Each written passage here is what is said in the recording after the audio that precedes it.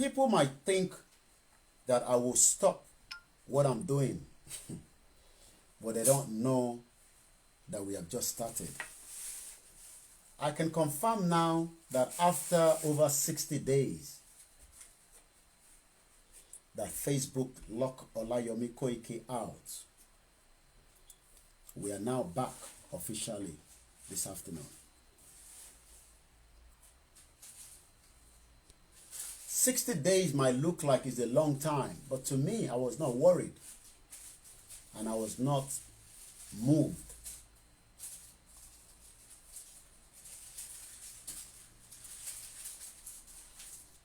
I am back now officially with my Facebook page on a live broadcast, and I am live as I speak to you right now.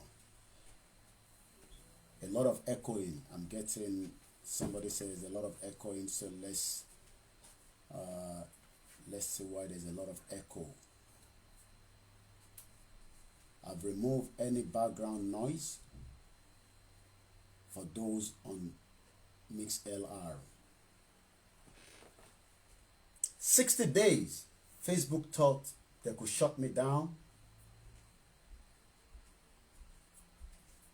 I was not moved, because for 60 days, my voice has continued to go up. But we are back now officially on that same page, and we are live streaming as well on Koiki Pduduwa page that we opened as an emergency. It's the same way that people would think that this Pduduwa nation will not come true. Because to them, we are wasting our time. So I'm going to sit like this so that those watching on all the platform can see me. Wọ́n rò pé a máa lọ bó máa rẹ̀ wá. Kàkà bẹ́ẹ̀, ara ń le tata bí nǹkan míì ni.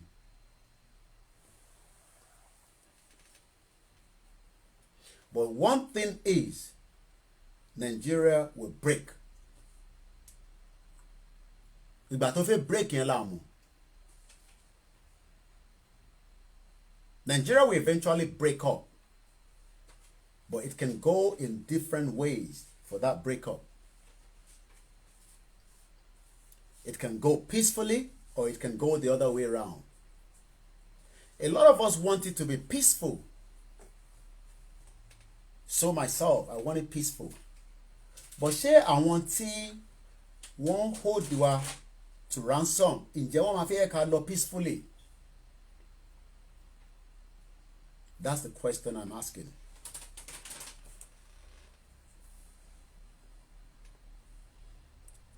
Àwọn tó ń hold Nigeria to ransom, ṣé wọ́n máa fẹ́ jẹ́ ká lọ peacefully? Or we will fight our way out. Mo kí gbogbo ẹ̀yin tí ẹ ti darapọ̀ mọ́ wa. Sounds sketchy. Oh, they've done the same thing to Frank Bello yesterday. Okay. They will not stop us, because the message will go out of Facebook to another level very soon. But we're working on that. That's why I have said I am not relying on Facebook to deliver this message. We are going right under the main surface. Real campaign awareness is what we're going to be doing. Facebook will only be there for me just to communicate. But the real awareness must continue inside Nigeria. Mo kí gbogbo àwọn àfáà, mo kí àwọn alhaji, mo kí alaja. I greet all the pastors and the imam. Mo fi tọ̀wọ̀tọ̀wọ̀ kí gbogbo àwọn ọlọ́ba tí wọ́n ń tẹ̀lé wa. I listened to my sister Dara talk show pẹ̀lú kábíyèsí tí mo fi tọ̀wọ̀tọ̀wọ̀ pè wọ́n tó gbé wá sórí platform wọn, and I was very impressed. Mo ṣe gbọ́ láàárọ̀ yìí ni. It was a very powerful interview, and tó bá ti wò ẹ padà kẹ́ lọ wo interview yẹn ti Dara talk show tó ṣe níjọ́ Sunday. Nigeria, people think will be difficult to break, but we can tell the world in less than 8 days and deliver our message. You're more than welcome, Sheikh. We are working around the clock. And I hope you, because when I say we, that means I counted everybody. Don't assume that I will be the only one working. Everybody must work. It is good that when people call and give advice, and after the drop, I hope I want to launch advice in because it is very easy to call and assume that you are the only one we are talking to, but you don't want to take the step and the road to do the right thing.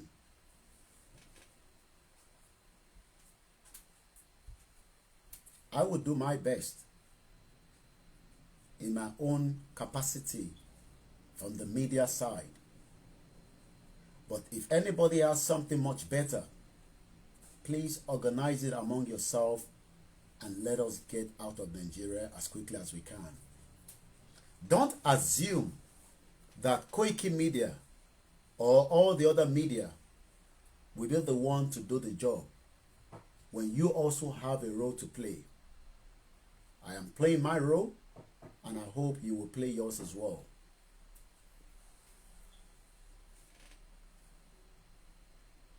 Once again, a very good afternoon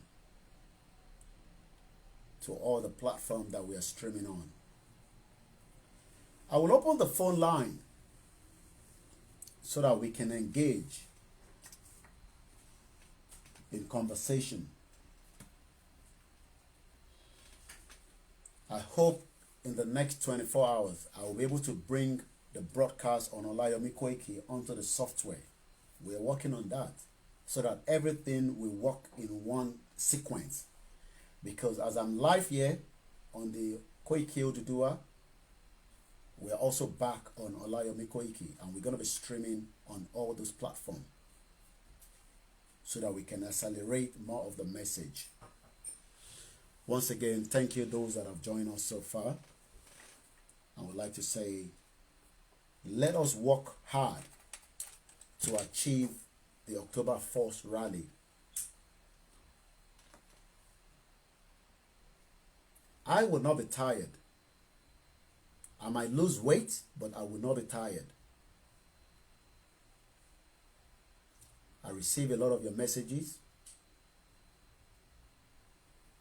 Like I said yesterday, don't assume that the end game of this movement has to be Koiki Media. When we have different organizations that has the responsibility to do more. I will not come here and tell you what I don't know. I will only say what I know. Because a lot of people think because when we hear every day, then we know everything that is happening on how we will come out of Nigeria.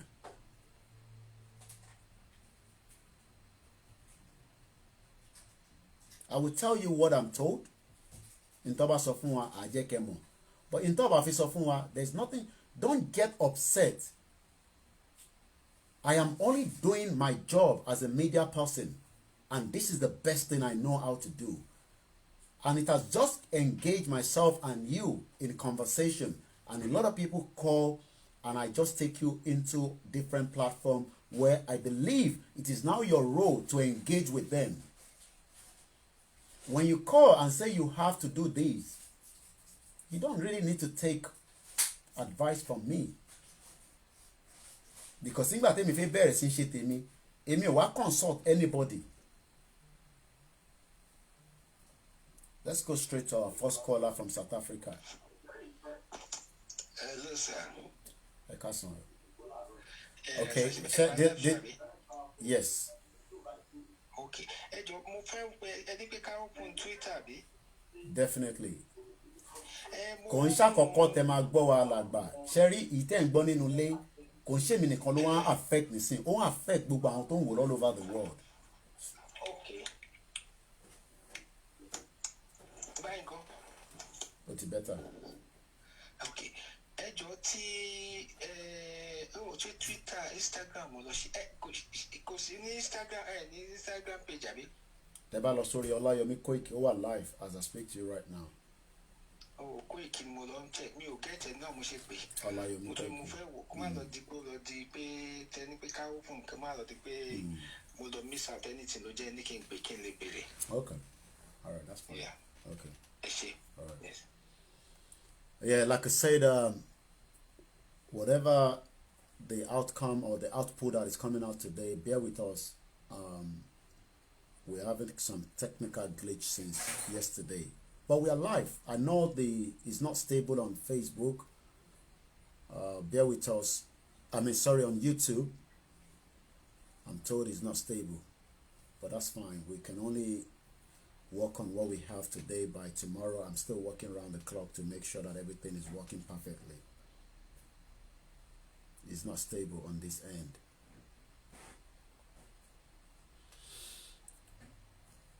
Nigeria will go. It will become history. And I'll be part and parcel of those that will make it happen. But I hope you will also be part of them. We need the numbers. We need the people. We need everybody influence to make it happen. But some people want to sit behind the fence until the food is ready. Some people want to criticize.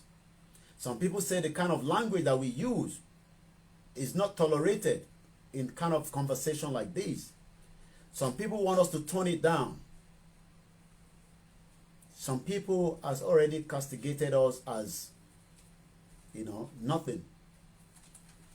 But one thing I can tell you is the federal government is in a shit.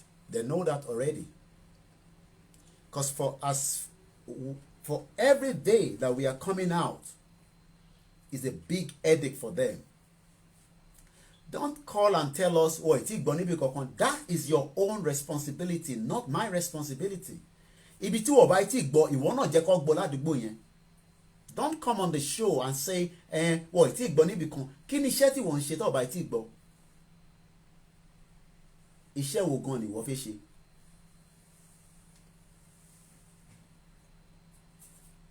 We will finish this job. We will all finish this job that we've started.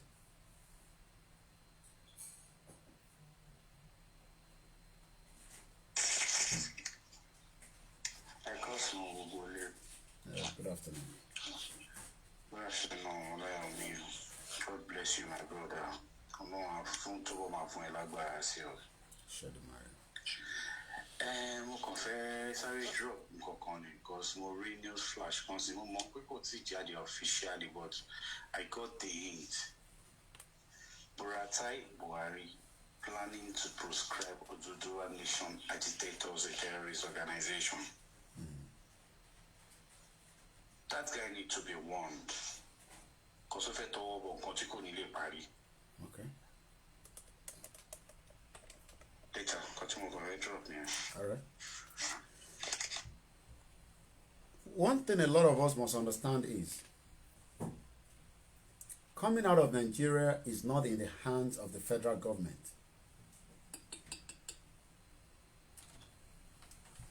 But they will only make the job quicker for us. The October 1st rally that is being planned around the world. Ìlú tí wọ́n wà, ipa wo ni wọ́n máa gbé níbẹ̀ to make it a successful one.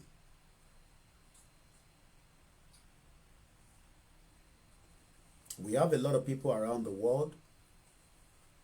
What role are you going to play so that we can achieve it? I will fight to the end. Doesn't matter how many people believe that Nigeria will not break up. I'm not interested in that number. I am not looking for anyone to believe that it will not work. If we are 5 of us, we will push it. But I know that we will not go without fighting. That I know for sure. And nobody can end that. But what we are doing now is we are doing what they call the awareness campaign. We are preparing the minds of the people.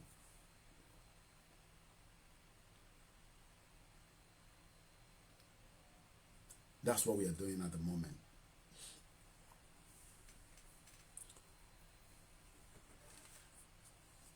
Eight days before we go into the rally. 8 solid days. The rally is not just going to be in Nigeria alone. It is going to happen all over the world. But what impact will you do so that the rally become a successful one wherever you are, whether you're in America, in Canada, France, Chicago, Australia, New Zealand, Sweden, Italy, Germany, France, United Kingdom. I've been following the news, and from what I can see on my screen right in front of me, that the COVID-19 in UK has been now raised to level 4. Level 4 we are at the moment. People think that we are just some angry individual and we are not happy with the Nigerian government. It's not about Nigerian government, it's about the system of the amalgamation. The 1914 amalgamation, that is the fraud. That is where the whole problem started. And that is why we must end it. The 1914 amalgamation. But before we can end it, we must tell the international community why we must go peacefully, as a lot of you will say. But I know nothing is going to come peaceful in this fight, whether you believe it or not. We would have to fight our way out. I'm not asking you to agree with my line of conversation. That is your own cup of tea.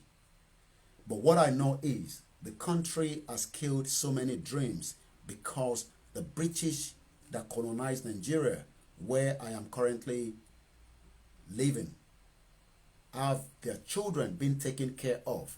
But Nigeria cannot take care of everybody. So it is time that we move out of Nigeria and start taking care of ourselves.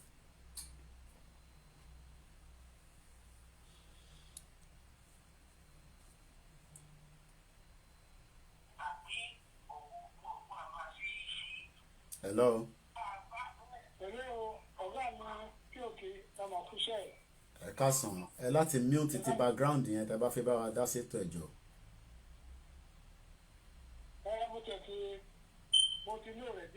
No, ẹ má lo ẹ mute ẹ ní ní láti gbọ́ra yín lórí ẹ. Láṣẹ Èdùmàrè.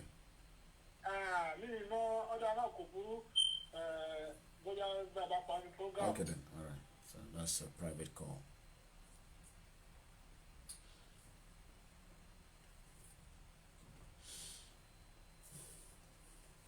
We open the phone line.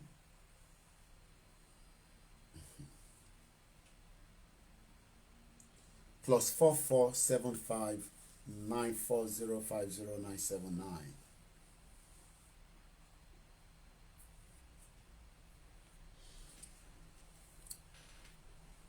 I understand there's a lot of there with us this afternoon.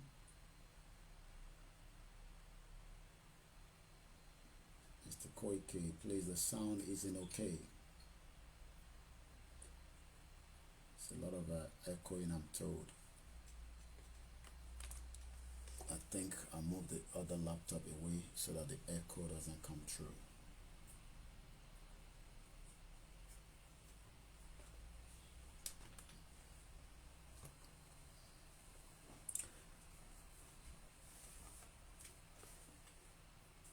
Nigeria at the verge of breakup, and it will eventually break up. It doesn't matter how long it will take, it will eventually break up. Let's get calls in. We're not going to be long on this broadcast today. We bring the broadcast to an end at about 2:30. +447594050979. Let's get the calls in. All I just want to say is, let us prepare for the rally, the peaceful rally, in 8 days. I am doing my own little bit from the media perspective, but does not mean that I know everything that is happening in terms of how we will get this Yoruba nation. But we can do it if only everyone is playing a heavy role. Don't leave it to the next person.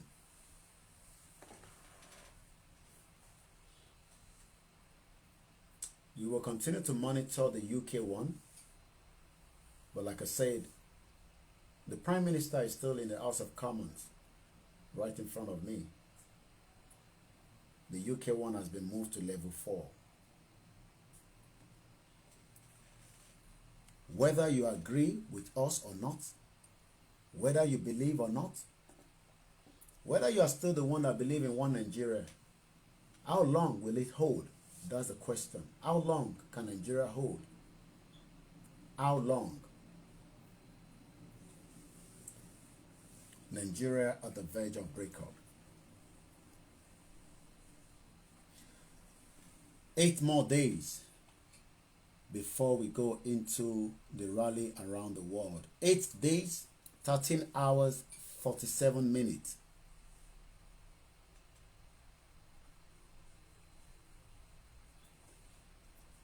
Also, if you think the situation in London that we are still monitoring, you can also make advantage of wherever you are to get the message out. Ìlú wo nínú gbogbo ìlú tó máa jáde fún rally ló máa loud jù when it comes to the message on the 1st of October? Is it going to be America? Is it going to be UK, Canada, Germany? Which of the country will be very, very loud? People are thinking that the federal government will perform magic, just like the caller that called earlier. I will not worry too much on the federal government, because the federal government is not the one that will decide whether I want to be part of Nigeria. It is not the federal government. That is entirely up to me to decide. That is entirely up to you.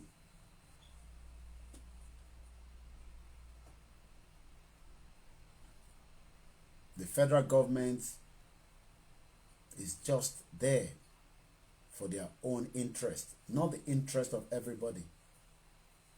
I am not interested in the corruption that is happening in Nigeria. We've had all that. What I am interested now is how we come out of Nigeria and everything that we can do within our reach. Some will say, how long will it take? Just tell them we are going there. Nigeria will break. But don't expect your master to release the slave, because we are now the slave under the Fulani Caliphate. So they are holding us to ransom.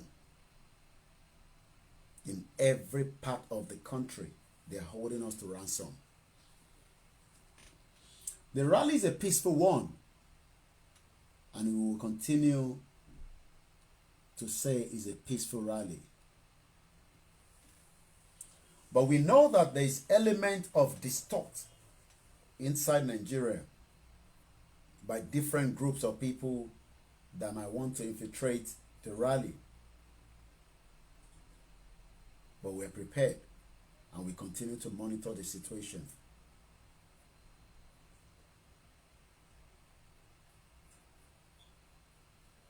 Everything and every step that the federal government might want to take, We will wait for them on the 1st of October. We will wait for them on the 1st of October. Whatever step they want to take. But it is not just about 1st of October. We will still continue to tell the international community our plight, because Nigeria is a fraudulent country that was set up by the colonial masters just for the benefit and selfish interest of some individuals rather than the whole country. We are not one, and we can never be one.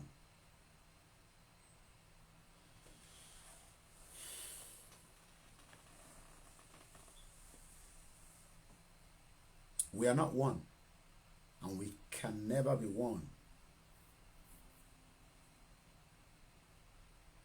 But we will take our campaign and our awareness and our message out on the 1st of October. Whatever the plan that they have, so be it. It will not stop us coming out on the 1st of October, because we have the right to do so.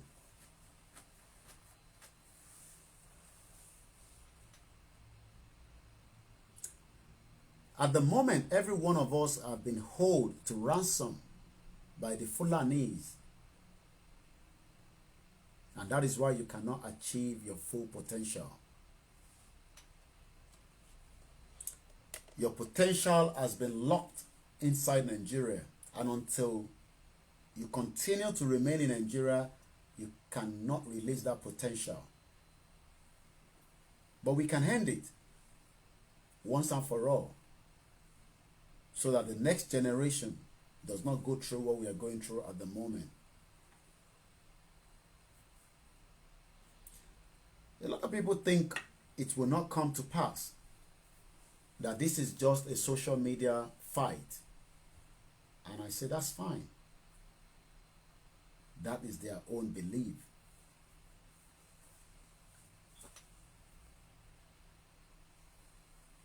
But one thing I know is the federal government cannot threaten us from coming out on the 1st of October.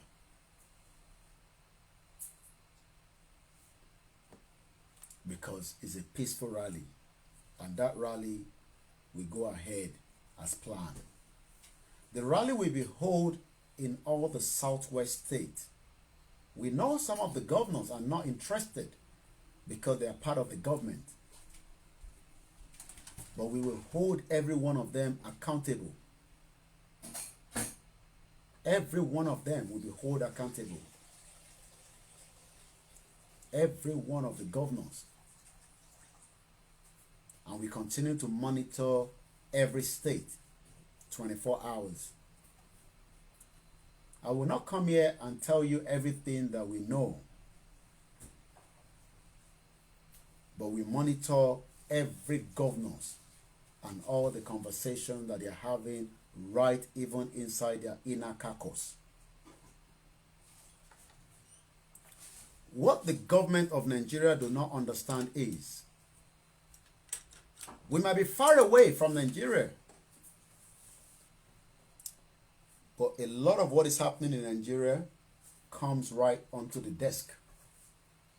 Because those that the government think are loyal to them also want a total break away from Nigeria. We have a lot of civil servants that are not loyal to the government because they know it is a fraudulent government. We have the security personnel that are not loyal anymore to the government, and they are from different tribes. If you think they are just from the Yoruba, you are fooling yourself. Even some of them are Hausas that they are talking to us and advising us and telling us a lot of what we cannot tell you on a live broadcast. From those that work with the vice president to those that work with the presidency. So whatever their plans, we know their step. But if the federal government comes out heavily on the 1st of October on those that are going out on a peaceful rally,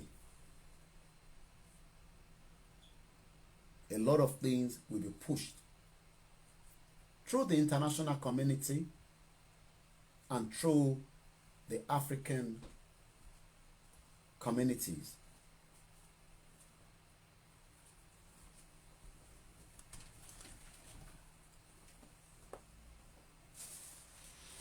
The federal government cannot threaten us with the military might that they think that they have, because we are now in the 21st century. They can only try, but they cannot threaten us.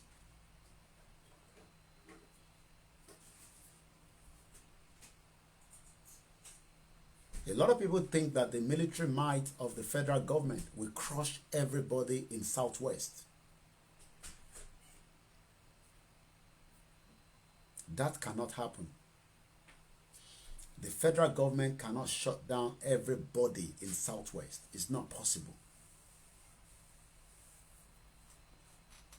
We've seen the movement of Buratai moving from one end to the other. But that will not make any difference. We know at the moment that more DSS is already making their way, and some are already in different parts of Southwest. That will not stop.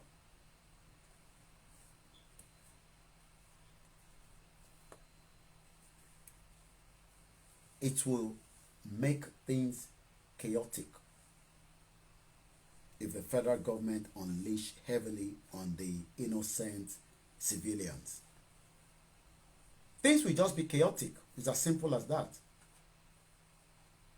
The federal government bá rough handle àwọn èèyàn, it will just go chaotic. So our advice to the federal government, and I'm talking directly to Alhaji Lai Mohammed, who is the information minister, to pass the message to the federal government that that rally that we are telling people to go out for, that is peaceful, if the federal government make it chaotic by attacking innocent civilians, either by the police, the DSS, or the military, it might go a little bit chaotic.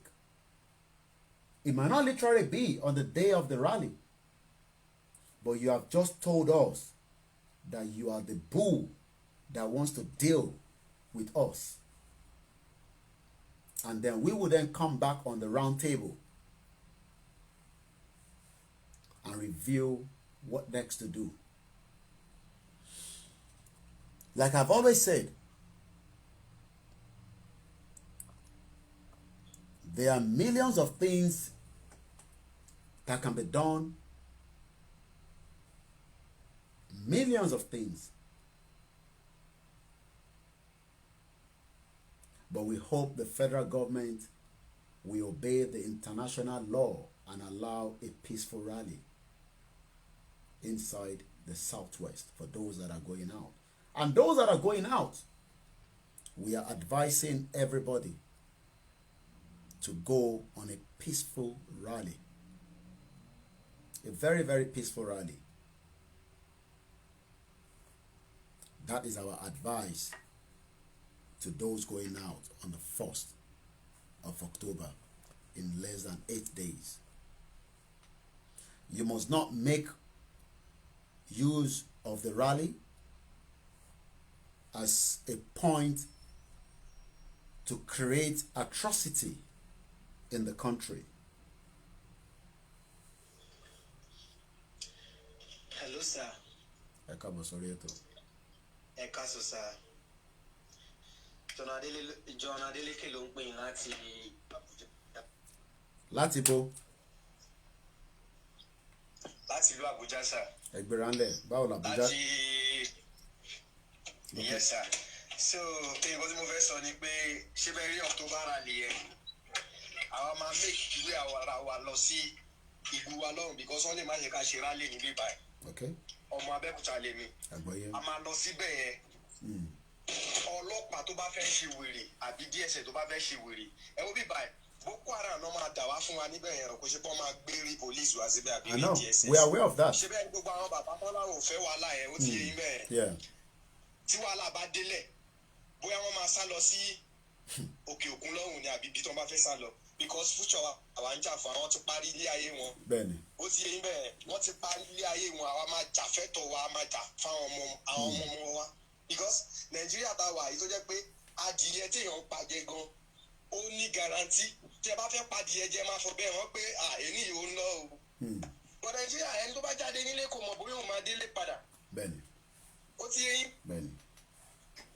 kò mọ̀ bóyá òun máa dé so tábà máa kú kakú wọ́n máa arrest gan-an àwọn tó bá dẹ̀ máa arrest náà ẹni tó máa súnmọ́ wa kó tètè kó.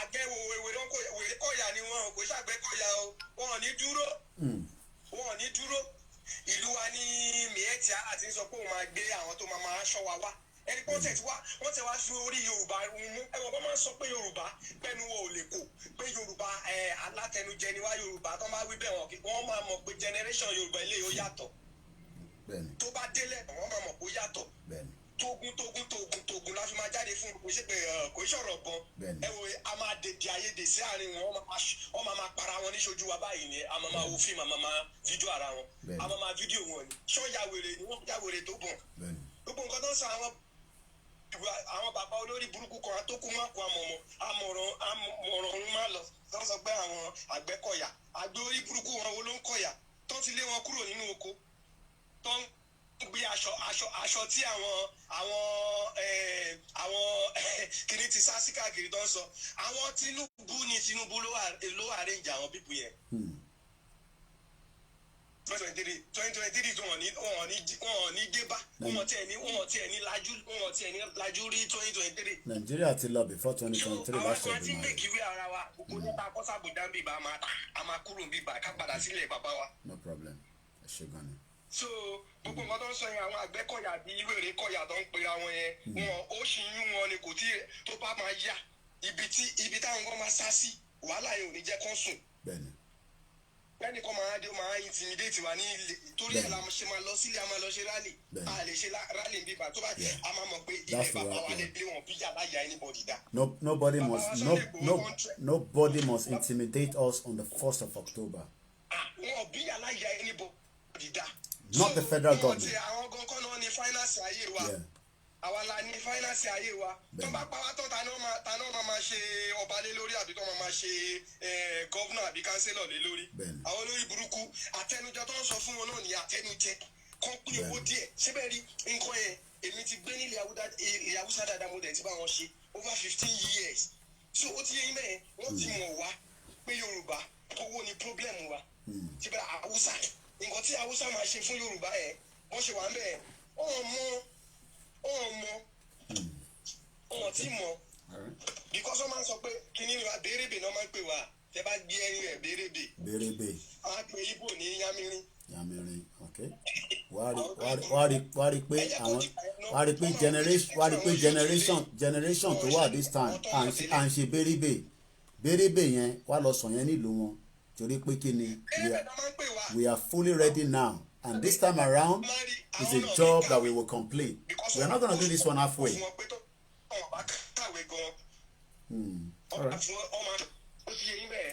Yorùbá ló ń kàwé ẹ mọ̀ pé Yorùbá àwọn èlò lórí burúkú ni wọ́n wá ṣerú ayé ni wọ́n á pera wọn lágbẹ́kọ̀yà wọ́n lọ bá bàbá wa Sunday Igboho wọ́n sọ pé gini wọ́n máa ṣọ́kù ni wọ́n máa ṣọ́kù. ẹja fẹ́lẹ́ mi láyé ẹ̀ṣẹ̀ gan ni ẹ̀ṣẹ̀ gan ni. tó bá bí gbọmọ kò ní kúkú. Aṣẹ́dùmarè ẹ̀ṣẹ̀ gan ni. ẹ̀ṣẹ̀ gan sà. That's like I said as well, if you believe that you cannot come out in Kano or Kaduna and you're Yoruba man, make your way down to Southwest, where you know you will see people that are like-minded like you. Let me say something clearly on this broadcast. In 8 days, we will tell the Nigerian government that we are peace-loving people. as we go out peacefully. The Lagos rally will be held at the Gani Fawemi Park. I repeat that again. From the information that came to me yesterday, Lagos State rally will hold at the Gani Fawemi Park, where everybody will come in together for a peaceful rally. That's for Lagos State. And we will continue to tell you about the other states as well. But the state by state, we hold a peaceful rally. We have another caller. Good afternoon and welcome to the show.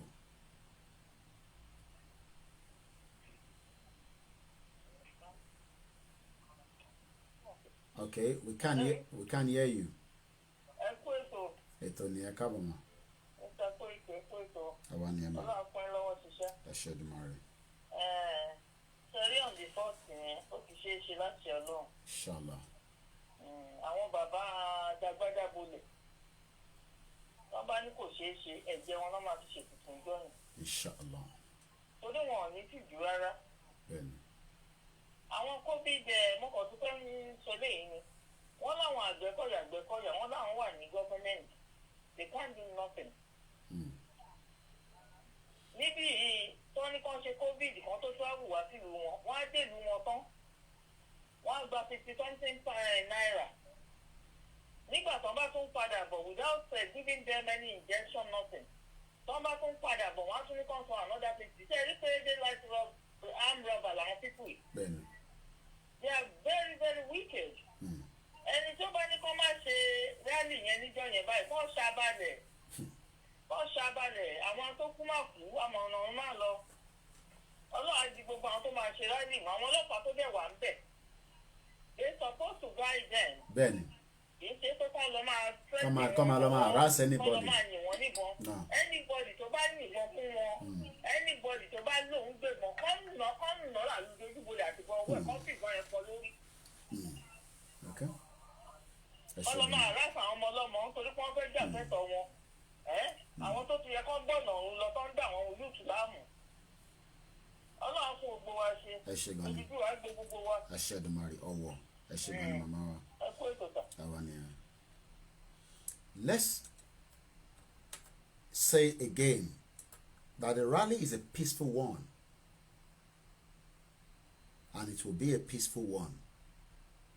And that's what we are telling those that are going out. We are back on Olayomi Koiki. We're streaming live on Olayomi Koiki for the first time after 60 days. Am I worried? No. Am I moved? No. Have that stopped me from talking? No. Even if Facebook shut all the page, we are bringing a bigger platform. We are working on it soon. Bigger platform. We have another caller.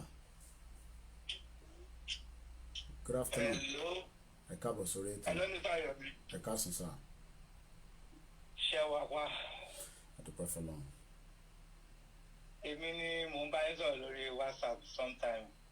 Tí mo sọ pé mo ti pè yín lórí Facebook. Mo rí details náà, mo sì borúkọ yín. Yẹ mi fẹ́ dárúkọ mi. Ẹgbẹ́ra ńlẹ̀, ìmọ̀ tó sọ̀rọ̀. Ṣé mo kí tẹ́lẹ̀tẹ́lẹ̀ mo ti máa ń wo program yín, mo ti máa ń bá yín bọ̀ ó ti ṣe díẹ̀. Bọ̀ mo kọ́kọ́ fẹ́ wo ibi tẹ́ ń lọ kó tó di pé mo ti gbogbo ara mi bọ̀. Bọ̀ mo ti wá rí i pé ẹ̀yin yàtọ̀ sí ẹni tó kọ́kọ́ ń wá Odùduwà Republic. Ó ń wá President Tinubu ń sìn. Tó bá wá fèlè, á ṣẹ̀ṣẹ̀ wá fẹ́ padà sórí Odùduwà. Èmi ò ṣe yẹn. Àgbọ̀yé. Nǹkan tá a bá fẹ́ gbà ká gbà lọ́wọ́ kan ni. Kò sí nǹkan tó kàn mí pẹ̀lú pé èèyàn kan fẹ́ di president. Tí Tinubu bá mọ̀ pé òun fẹ́ di president, kó bá wa jàjà Yorùbá, kó dẹ̀ wá contest fún president Yorùbá á dìbò. Bọ̀ tí ò bá ti ṣe yẹn, kò sí nǹkan tó jọ president Nàìjíríà. So nísìnyìí mo fẹ́ béèrè nǹkan kan. Nísìnyìí mo ti rí bí gbogbo situation ṣe ń lọ. Mo fẹ́ béèrè question kan. Ṣé arrangement ti wà nílẹ̀ fáwọn èèyàn wa tó jẹ́ pé bí atọ́ bá kó wọn, ṣé bí arrangement bí lọ́ọ̀yà tó lè fight fún wọn ṣọ́ wà tó yẹ mọ̀ kán máa kọ́ àwọn èèyàn gbọ́. But nígbà tẹ́ bá ní wọ́n máa kọ́ àwọn èèyàn, kí ló fẹ́ kó wọn fún? Bàbá gbogbo alamọ bí Nàìjíríà ṣe rí. Tó bá kó àwọn èèyàn, then the next thing will be triggered. I won't say what the next thing will be. Ọ̀rọ̀ lọ́yà kọ́ là ń sọ nísìnyí. Kí ló fẹ́ kó àwọn èèyàn fún? Èmi bí yín nísìnyí fún mi lánsà nísìnyí ẹni torí Nàìjíríà. Àní ìyẹn ló máa jẹ́ kí Nàìjíríà fi end. Ẹ̀yẹn jẹ́ kó kó àwọn èèyàn ní October 1st. Ẹ jẹ́ kó kó àwọn èèyàn ní October 1st. Tí kò ń ṣe pé wọ́n bá àbọ̀n lọ́wọ́ wọn, tí wọ́n bá ọ̀bẹ lọ́wọ́ wọn. Àkọlé mi fi ń sọ̀rọ̀ fún yín o. Àwa ti ń jagun Fúlàní bọ̀ láti Nàìjíríà o. Ẹ̀yin ẹ jẹ́ kó kó àwọn èèyàn l'October 1st. Ẹ̀yin ẹ jẹ́ kó kó àwọn èèyàn l'October 1st. Tí wọ́n fún wa ní evidence pé wọ́n bá àbọ̀n lọ́wọ́ wọn, wọ́n bá àdá lọ́wọ́ wọn. Àbí wọ́n wọnú ṣọ́ọ̀pù kan wọ́n wá fi ń jalè l'October 1st fún peaceful rally. Then we will know what to do. Ọ̀rọ̀ lọ́yà kan lélẹ̀ tó wà nílẹ̀ nísìn. Kí ló fẹ́ kó wọn fún? It's not about lawyer. Kí ló fẹ́ kó wọn fún? Fún Yorùbá ń sọ pé òun fẹ́ kúrò nínú Nàìjíríà ní ẹ̀tọ́ tiẹ̀ ní right tiẹ̀.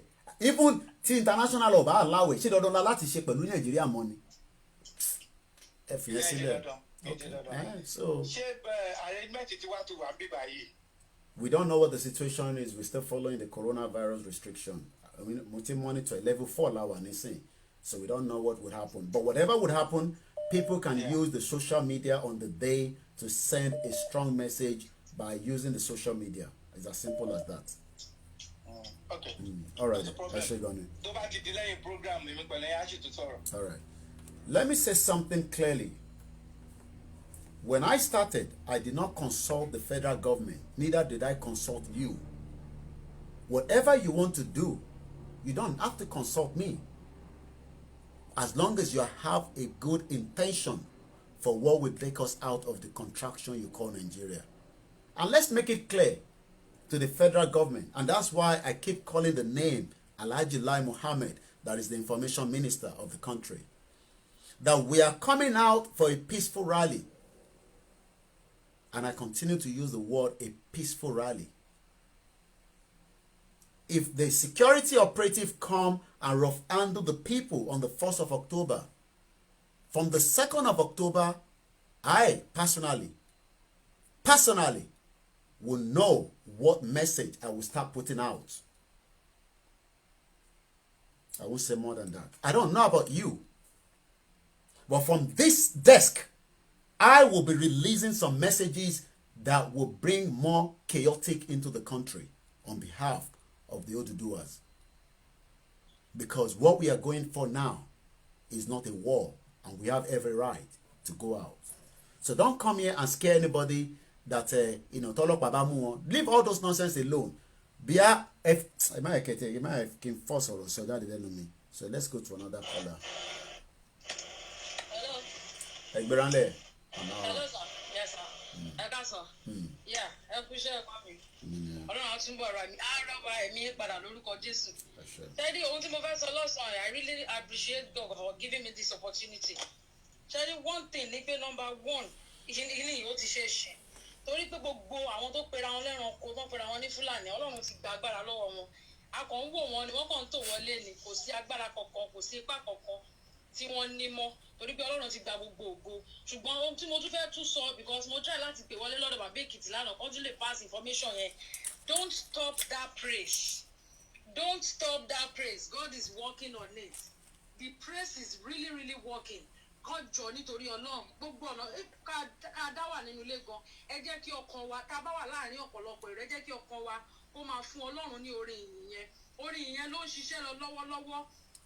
And again, mo dẹ̀ dúpẹ́ lọ́wọ́ Ọlọ́run pé at least ìwọ̀nba fídíò kan tí mo rí wò lánàá wípé àwọn màálù àràdẹ̀wọ̀ àràwọ̀ ó dẹ̀ san pa wọ́n.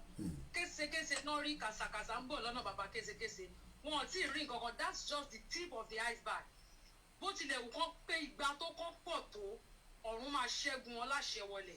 Ṣé tí ẹ̀yin ni kẹ́ bá wà dúró ẹ̀gbọ́n mi tẹ́ bá parí show ẹ jọ̀ọ́ nítorí Ọlọ́run tí bá wà opportunity láti pè yín ẹ jọ̀ọ́ ẹ bá mi gbé kọ́ there is something I need from you right now ní mo fẹ́ ṣiṣẹ́ lé lórí.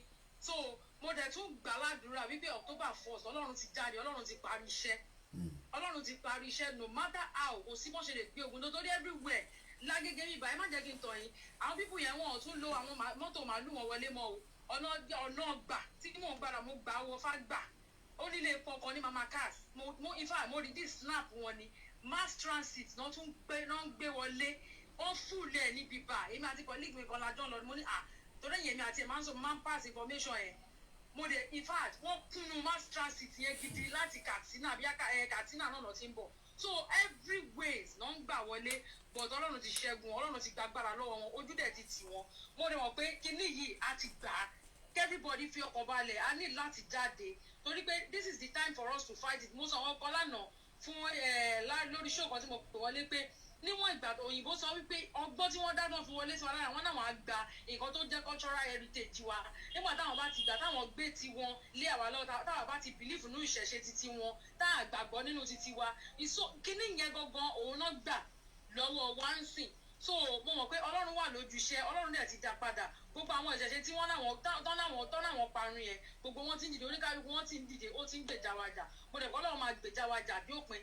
ṣé wá rí Tinubu bó tilẹ̀ tẹ̀kọ́ èmi ò kọ́ máa gbàdúrà fún kọ́ máa ká má rí anybody tó máa advice ẹ̀ kókó padà wá lé o torí pé ọ̀rọ̀ ẹ̀ bí ọ̀rọ̀ Fáráò lọ́lọ́run sọ pé òun sé Fáráò láyà lé kó gun ọlọ́run kó go òun kó ba lè hàn Fáráò ẹ jẹ́ kọ́kàn ẹ̀ ó le torí pé ẹlẹ́ṣẹ̀ kan ò ní lọ láì má jìyà ẹ jẹ́ kó lọ kó lè jìyà kó lè mọ̀ pé ọlọ́run alààyè ó wà lórí ìtẹ́ so kọ́ má gbàdúrà fún pé kó wálé rárá ẹ jẹ́ kó lọ jìyà ẹ̀ gẹ́gẹ́ bí ọ̀rọ̀ àwọn ọmọ Egypt àti Israeli ṣé mọ̀ pé nígbà tó dójú ẹ̀ kò sí ọmọ Ísírẹ́lì kankan tó bá ogun lọ o kò sí ọmọ Ísírẹ́lì kankan tó bá ogun rárá kí wọ́n bá ogun lọ Ọlọ́run ṣiṣẹ́ lórí gbogbo àkọ́bí ọmọ Íjíbítì pátápátá nítorí pé Fáráò sọ wípé òun ò ní jẹ́ káwọn ọmọ Ísírẹ́lì lọ Ọlọ́run kọ́kọ́ pa gbogbo àwọn ọmọ ẹ̀rún ó kọ́kọ́ pa gbogbo àwọn àkọ́bí gbogbo Egypt run so ibi tọ́lọ́run ti fẹ́ bẹ̀rẹ̀ ṣẹ́ gbogbo àwọn ọmọ wọn pátá lẹ́yọ kọ̀ọ̀kan gbogbo àwọn tó jẹ́ ìdùnnú wọn lọ́lọ́run máa lù pa so bó ṣe máa rí nìyẹn kò sí ẹnìkan kan tó máa bá ogun lọ́lọ́run sọ fún wa wípé òun ò fún wa ní ẹ̀mí ìbẹ̀rù kò ṣe ẹ̀mí ìgboyà láti ṣẹ́gun láti jà àjà ṣẹ́gun ni so àdẹ máa jà àjà ṣe a máa jà ìjà yìí lájẹṣẹ́gun mo dẹ̀ gbà aládùúrà fẹ́yìn náà àti gbogbo àwọn tó kù ní diaspora ọ̀run á dì yín mú ẹ̀ ní ṣubú dànù ẹ̀ dẹ̀ ní sọnù àní wáyé tì lójijì lórúkọ Jésù nígbà tí ayọ̀ orílẹ̀-èdè bá dé a ó jùmọ̀ jọ àjọjọ yẹn ní lórúkọ Jésù Olúwa wa àmín ẹ ṣé. Let's go straight to the next caller, Oshe, my sister. Egberanle tó ń pè wá. Ẹ káàsán sá o. Ẹ káàbọ̀ sọ́wọ́ ẹ̀kọ́. Olúkáyọ̀dé lorúkọ mi láti Alágbàdo sá. Alágbàdo ẹ káàbọ̀ bàbá wa ẹ bá wa dá sí ètò náà sá. Ṣé ẹ níná ẹ jẹ́ n kọ́kọ́ bí yín ǹjẹ́ níná? Ṣé iná wà? Níná ní Alágbàdo ní ìsìn tí ń lọ bí ọ̀sẹ̀ mẹ́ta. Ọ̀sẹ̀ mẹ́ta ṣé omi yọ nínú ilé? Jẹnẹrétọ̀ la fi ń pọ̀npù mi láti ìjọ tí náà ti lọ. Ṣé tọmọ bá síkì nínú agboolé yẹn ṣé ó ń rí hospital ọ̀fẹ́ lò? Hospital ọ̀fẹ́ kẹ̀ níbi tá a wà yìí. Ṣé ọ̀nà wà? Ọ̀nà kẹ̀. Ó yá ìgbéra ńlẹ̀. Bàbá ojú òní tì yín. Àṣẹ Èdùmàrè. Nígbé olówó gbé sọnù. Àmín Jésù. Bí kì í ṣe bí ọmọ bàbá ojú òní tì yín o. Àmín. Ṣé rí ní bíbá èmi àti one of our officer David Ojebi wọ́n máa ń bá yín sọ̀rọ̀ dáadáa. Bẹ́ẹ̀ni. Kábà àtijọ́ sọ̀rọ̀ lórí àwọn kankan tí n bá pe àwọn youth wa ká pè wọ́n jókòó kátikàti ló ń sọ wọn mọ nǹkan tó ń ṣẹlẹ̀ they don't know what is coming upstairs. Àmọ́ ládùúgbò ti tó bí abi 3 or 4 days tí mo ti ń ṣiṣẹ́ 4 months tí mo ti ń ṣiṣẹ́ pẹ̀lú àwọn OPC and vigilantes pé kọ́ máa wà observant with these outside. Vigilante òyìnbó á ní say it sorted nítorí òyìnbó máa ń sọ ní see it say it sorted nítorí bá rí tó bá ti sọ kò wà sorted out iṣẹ́ ilẹ̀ ń ṣe lọ́wọ́lọ́wọ́ Egberanle.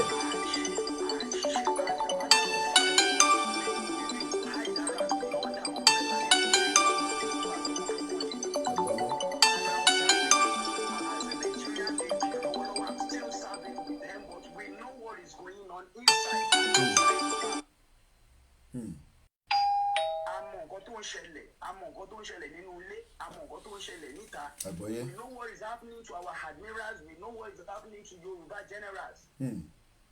Àmọ́ nǹkan tó ń ṣẹlẹ̀ láàárín àwa gan fúnra wa entitlement ni mo mọ nǹkan tó ṣe fún mi lọ́wọ́lọ́wọ́ báyìí. Àgbọ́yé. So tí iṣẹ́ nu ẹ̀ náà la fẹ́ bẹ̀rẹ̀, ọmọ wà ńlẹ̀, ìyàwó wà ńlẹ̀, iṣẹ́ nu ẹ̀ la fẹ́ fi àwọn ọmọ lẹ́sìn. Èèyàn tó bá ti sọ pé òun ò jáde ẹkún ọjọ́ ọ̀la wọn ni àwa máa jáde. Láṣẹ Èdùmàrè. àwa a máa jáde. Gbogbo àwọn tó bá wá sọ wípé Odùduwà ò ní rí tí wọ́n ṣe lójú ẹ̀mí tiwa báyìí la máa fi wọ́n ṣe yẹ̀yẹ́. àṣẹ o. àṣẹ. àdúrà tèmi ni wípé Ọlọ́run ò ní jẹ́ kó rẹ̀ yín kò dẹ̀ ní sú yín. àmín. ẹ ṣé gan ni. ẹ̀mí yín tó ṣẹ́gun sí náà ló máa jẹ́. àmín Jésù. Iṣu Odùduwà nation bá wá jiná àní fi ń ṣàwátì. àmín Jésù. àti èmi àti gbogbo àwọn tí ó ń tẹ̀lé Odùduwà nation kò sí tó máa yọ sọnù bí ọmọ wọ̀ nínú gbogbo wa. àmín Jésù. Odùduwà á gbé wa sá. àṣẹ ọwọ́. Yes, sir. wọ́n ní tá bá ti ń pe Odùduwà ní gbogbo ìgbà ká máa pe ọ̀wọ̀. Lagos rally we hold at the Gani Fawayemi Park, a peaceful one. The federal government cannot threaten anybody because at the moment we are not threatening the federal government. All we are doing now is what they call an awareness campaign that is allowed according to the international law. But there's another way around. Should the federal government want that? We have the caller, the first caller says the federal government wants to proscribe Odùduwà. It's good for them. Let them proscribe us. So at least we know that the federal government have officially proscribed us and we then know what to do. At the moment, we are still doing what they call engagement. We will come out. Let's go straight to Ibadan. Another caller. Ẹ káàbọ̀ sórí ètò. Bàbá mi ò dára fún mi lórúkọ Jésù. Àmín Jésù. Àánú Ọlọ́run ní fi yín sílẹ̀. Àmín. Gbọ́ ìránṣẹ́ ìwọ ni Mósè ran àkókò yìí. Àwa tá à ń tẹ̀lé ẹ lẹ́yìn ní ìran Ísírẹ́lì ẹ̀yà Ísírẹ́lì. Bíbélì mi fi oníwèé sódò orí karùndínlógún. Ó ní nígbà náà ni Mósè àti àwọn ọmọ Ísírẹ́lì kọrin yìí sí Olúwa wọn sì wí pé èmi yóò kọrin sí Olúwa nítorí tí ó pọ̀ ní ògo tí àti ẹlẹ́ṣin òun náà ni ó bí ṣubú ní òkun. Ẹ gbọ́ àwọn ìran tó jẹ́ ọ̀tá ìran Odùduwà àwọn Ọlọ́run fẹ́ bí ṣubú o. Gbọ́dọ̀ ti dànsà on Sunday when we are praying in the church. Àgbọ̀yé. Ni mo gbọ́ òun yẹn wípé gbogbo ìran Egypt ni Ọlọ́run fẹ́ bí ṣubú fún àwọn ọmọ Odùduwà. Àmín. Ó ti ń bì wọ́n ṣubú o. Ó bì wọ́n ṣubú. Àgbọ̀yé. Orin yẹn tí àǹtí mi yẹn sọ lẹ́ẹ̀kan. Bẹ́ẹ̀ni. Orin yẹn náà làwọn máa kàn sí Ọlọ́run. Àgbọ̀yé. Tí ìjọba Odùduwà tí yóò fi tẹ̀ wá lọ́wọ́. Àmín. Nínú èyí ni Ọlọ́run gbé o. Ẹ wo bí Ọlọ́run ṣe yẹ̀yẹ́ Tinubu ní Ẹdó. Ọlọ́run dìídì yẹ̀yẹ́. Àgbọ̀yé. Mẹ́wàá mo lọ sí Ẹdó lọ ṣe program mo sọ fún àwọn tí mo lọ bá ṣe program I tell them na pé adé tí mo ń wò lórí yìí pé adé Godwin Obaseki ni. I got the woman yesterday.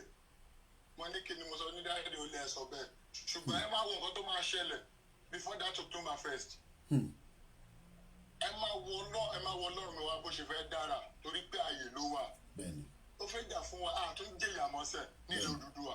Lábẹ́ àṣà bó ti wù kó lè tó àtúndéyà mọ́. Bẹ́ẹ̀ni. Gbogbo ìgbà tó bá wù kó máa sà gbogbo ìgbà tó wù kó máa sà wọ́n á ṣera wọn. Àṣẹ Èdùmàrè. Bí ògo ti jẹ́ ti Ọlọ́run. Àṣẹ Èdùmàrè. Ọwọ́ ọ̀tá wà ní káyé lórúkọ Jésù. Àmín Jésù. Gbogbo ẹ̀yin tẹ́ wà ní ìlàsíwájú lọ́wọ́lọ́wọ́ èmi sọ̀rọ̀ àṣẹ tẹ́ ń rí ẹrù iṣẹ́.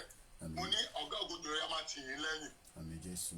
Àtàwọn tá a wà ní ilẹ̀ Nàìjíríà tá à ń pariwo lọ́wọ́lọ́wọ́ lórúkọ Jésù igbe wa kò ní jẹ́ igbe ajá létí Ọlọ́run. Àmín Jésù. Ọ̀gá ògùdù la máa ràn yín lọ́wọ́. Àmín Jésù. Ẹ ní fara gbọ́ta. Àmín Jésù. Ẹ dẹ̀ ní fara gbọ́fà. Àmín Jésù. Gbogbo ìran Fáráò ní ilẹ̀ Odùduwà ilẹ̀ àgbé wọn mì lójijì. Àmín Jésù. Ẹ kú ètò bàbá mi àdára fún yín sà. Ẹ ṣé gan. Fún àǹfààní àwọn tó ń wò wá lórí Olayomi Koiki, I'm going to move the camera a little bit because I want to show you what I'm showing those on the àwọn tó ń wò lórí software wa can see, but àwọn tó ń wò lórí Olayomi Koiki, so I'm going to move. I know I've blocked the camera because I want to bring so that you can also see what I'm showing. What I'm showing right now, as you can see, what I'm showing now on the screen. Èèyàn kan ló sanwó eléyìí o. So don't think it is the Yoruba World Congress, because yes, the person have put the Yoruba World Congress on it. So all this poster was an individual. When we tell you that it is easy, you come here and then you start talking, and you think the talking will do the job. I want to move the camera closer so that those, because I want to show you, because a lot of people think when you see this, when I post it on my timeline, maybe I am the one that owns the money that is doing all this. But what you are watching right now, which I'm going to show you, it is one person that paid for it. He also paid individuals to go and post it in different areas of Lagos State. He has spent close to 500,000 naira of his own money. Don't come here on the show and just talk without doing the action. This is not done by Yoruba World Congress. I can say it authoritatively. Yes, they have Yoruba World Congress on it. Inten wo lọ́wọ́lọ́wọ́ lórí fọ́nrán nísìn. It's not Yoruba World Congress that paid for it. It is one individual that doesn't want me to mention his name. He's not a rich person. He's just an ordinary average person like myself and you. But to create the awareness, this is what he has done on behalf of the Pduduwa. Let's go straight to the next caller. Hello, caller. Ẹ káàbọ̀ sórí ètò. Ọwọ́ àṣẹ o. Ẹ hold on alàgbà, ẹ hold on ẹni tó ń pè. Ṣé rí lábẹ́ pósítà yẹn, ṣé rí pé ìyá kan wà pẹ̀lú ọmọ méjì níbẹ̀. Ṣé rí pé tó ń tọrọ owó. Bí àbèjì làwọn ọmọ yẹn. Sometimes they're gimmicks, but I'm not going in there. But I just want you to see the kind of atrocities that that country has done. Ẹgbẹ́ránlẹ̀ tó ń sọ̀rọ̀. Gẹ́gẹ́ bó ń sọ lọ, mo rí pé lóríṣiríṣi àwọn èèyàn àwọn kan tiẹ̀ kóra wọn jáde wọ́n ní àwọn Àgbẹ̀kọ̀yà. Ẹ fa àwọn yẹn sílẹ̀, ẹja ṣẹ́rígbà àwọn yẹn they are just distraction. Ẹja sọ̀rọ̀ lórí má ẹ̀ka mú distraction ni wọ́n sọ. Ìyẹn ni ká focus lé lórí. Mo fẹ́ encourage àwọn tó wà nílé pé kọ́ máa bẹ̀rù kọ́ máa ṣojú kọ́ jáde ṣẹ́ráyé social media láwa yìí. Sẹ́ni táwọn tiẹ̀ tún sọ pé kí wọ́n máa jáde kọ́ máa àtàkì wa yẹn a tún kọ́ wọn lé ni. Bẹ́ẹ̀ni. Sẹ́ni Oòduà nǹkan tó máa fi jẹ́ ó yá ni pé kọ́ jáde kọ́ àtàkì wa. Àwọn èèyàn wa kàn ní pé kọ́ dúró déédéé kí gbogbo wọn mú fóònù jáde. That's it. Recording, live broadcast, anything. Kọ́ máa jẹ́ kíṣẹ́ yẹn yá. Because a ti tẹnu ma ti pè jáde. Bẹ́ẹ̀ni. A sọ pé wa a ṣe pamọ́ kò ṣe secret kìíní. Bẹ́ẹ̀ni. A sọ pé a fẹ́ ti níbi ká ti máa pàdé. A ti sọ Ìbàdàn, a ti sọ Èkó. Bẹ́ẹ̀ni. Wọ́n ti wọ́n ta ti fẹ́ pàdé. Àwọn èèyàn wa kọ́kọ́ ṣetán ọmú fóònù wọn dání ọmọ ìṣọ̀ pé data wà lórí ẹ̀. Bẹ́ẹ̀ni. Wọ́n máa broadcast ẹ̀ live. Bọ́bá yẹn ń ṣe yẹn bọ́bá lè wá àtàkì wa yẹn òun gan ló máa jẹ́ kí agitation wa kó tètè débi ta fẹ́ kó lọ because ara nǹkan ta ní ìdí ní UNPO lélẹ̀. Bẹ́ẹ̀ni. A jáde a ti gbébọn dání káwọn èèyàn dẹ̀ máa ṣojo táwọn èèyàn bá ṣojo páwọn ò fẹ́ kú kọ́ gbàgbé o wọ́n ti ń kú already. Bẹ́ẹ̀ni everyday. Àwọn ti ń wọlé lọ pa wọ́n ti ń lọ pa wọ́n ní oko nígbà tó wá pa tó wà ní oko tán ẹni tó wà nílùú kílẹ̀ fẹ́ jẹ. Bẹ́ẹ̀ni. ṣùgbọ́n tó wà ní oko ló fún àwọn tó wà nílùú ló ń jẹ. Bẹ́ẹ̀ni. nígbà tó wà ní pa tó wà ní oko ìyẹn ò ní pa wọ́n. Bẹ́ẹ̀ni. nísìnyí wọ́n bá sọ pé àfẹ́ kú àwọn kan tún sọ kí bàbá Ìgbòho má jáde. Ká má jáde kọ́ má jáde àdẹ̀tù àwọn náà láti máa sọ pé àwọn ta ní tọ́jà kíkanjú wọn tún dìde wọ́n tún fẹ́ dìde àwọn tún fi bẹ̀rù sí wọn lọ́kàn. tèmi ni pé kọ́ ṣetán kọ́ jáde eléyìí ọjọ́ ọ̀la wa ni àwa tá a wà níbí gan ẹni tí mo sọ UK ni mo wà wọ́n ti sọ fáwọn èèyàn ọ̀rùn pé mo ṣe bó bá ṣe tán èmi máa wálé. one way ticket ni ẹ ṣe mo ti ní káwọn èèyàn lọ tọ́jú owó one way ticket ni. mo sọ fáwọn èèyàn ọ̀rùn pé bí àmọ̀ òṣèré ni mo sọ fún wọn pé ìlú táwa yìí one way ticket ni. kò sí mo lè dorúkọ mi ò lè yàtọ̀ intonation mi ò lè yàtọ̀. ó yà mí lẹ́nu. ilẹ̀ Oòduà dẹ̀ ni a ní everything ẹ̀dẹ̀ wà ń kó wa láyà jẹ́ nípa máa jáde kọ́ máa jáde wọ́n dẹ̀ ń threaten àwọn èèyàn kọ́ máa jáde ẹ̀ má jáde ẹ̀kan. àti wá tẹ́tọ́ sí eré kọ́mà tún ká tún máa kú látún wá fẹ́ sáré tún ní ká tún máa sáré ṣé kọ́ apá mọ́lé bí ojú yà mi mí lẹ́nu. wọ́n ti ń pa wọ́n rẹ̀ jì wọ́n ti ṣe so káwọn èèyàn máa bẹ̀rù ra kọ́ jáde jẹ́rí àdúrà mi ni pé àwọn pípín ẹ̀kọ́ tún jáde sẹ́ káwọn DSS gangan jáde kọ́ pẹ́ nísìnyí tó wá lè kó wa kọ́ máa kó bọ̀ agitation wa kọ́ ta fẹ́ jà fún ó máa ṣe wà loud dáadáa wọ́n tún máa bá a loud. ọfẹ help gospel wa ni. nǹkan táwọn yòó mọ̀ nìyẹn ẹ̀yin yín pé kọ́ máa sẹ́ni tó bá wá àtàkì wa yẹn ló máa já CNN gan gbé pé gọ́ọ̀mẹ̀ntì wọ́n á àtàkì àwọn èèyàn báyìí àwọn àjáde àwọn táwọn bí gan àwa loud ẹ̀ fún wọn dáadáa. ẹni kọ́ máa jáde kọ́ máa jáde. iṣẹ́ táwọn ti rékọ̀ fẹ́ ṣe fún wa ni pé. kọ́kọ́ help n táwa ti ń pariwo lé lórí ni that's all ntẹ́fí bá wa ṣe nìyẹn. wọ́n lè mọ̀ pé nǹkan tá à ń ṣe yìí pé àwọn tó ń pariwo London àwọn tó ń pariwo ní US o. federal government ò lè pa gbogbo èèyàn kò possible tó bá dẹ̀ pa opportunity tí a máa fi sọ fún wọn pé that is gonna be the end of Nigeria. nǹkan tí mo sọ náà nìyẹn kò ju bẹ́ẹ̀ yẹn lọ ṣẹ́rí pé ẹ̀ta bá ní kí wọ́n máa pa nǹkan kan yẹn ẹ má jẹ́ ntọ́ èèyàn sì bá ṣe ń sọ̀rọ̀ yìí gan wọ́n ti pa àwọn kan bí kan báyìí. nínú Nàìjíríà àní ìbíyàn kan lọ pa níjọ́ Saturday pé wọ́n ní kò ń lọ kìtà court. bọ̀bọ̀ ẹ̀ tọ́yìn sílẹ̀ lẹ̀ àwọn wà lórí social media ojoojúmọ́ ló ń yìnyàn. so nígbà tíyàn kan bá wá ní pé òun ò fẹ́ kú ẹ̀rí pé kò ń waste time rẹ̀. akọ sórí ẹ̀ ó yẹ ká wá jáde tó bá pẹ́ ẹ̀mí márùn ló máa sáré lọ sí ìjọ yẹn tó dẹ̀ máa fi gba ẹ̀mí lé pé kí márùn yẹn máa kú lójoojúmọ́ nígbà fẹ́ jáde bàbá máa sacrifice márùn yẹn mi ò má jẹ tó bá máa jẹ ebi mo máa sọ pé bó jẹ́ bàbá mi máa filẹ̀ àníṣe ọwọ́ láì ti tó àwọn nísìn a lè jáde àwọn táwọn ní sẹ́ni tàbá máa wálé. 52,000 sẹ́ni tó bá lọ́mọ mẹ́rin tó bá fi lọ́ọ́lé ẹ̀mọ́ tó máa san yẹn 419 country it's a 419 country. àwa náà àtúwá sọ ẹ wá sọ fún mi sà ọ̀bùn kí mélòó lẹ́yìn rí tó ń travel tó ń jáde kó ṣàwà àti Ìgbò. àwa àti Ìgbò nìkan là ń travel káàkiri àwa là. àwọn lè fi ní lára àwọn tó gbé ní ọkọ̀ tó ń ṣe wọ́n náà bá bú òní travel. Ibo la bú máa dúró dé ìpè kẹ́kọ̀ọ́ wá ní àṣẹ fún yín ni 419 country.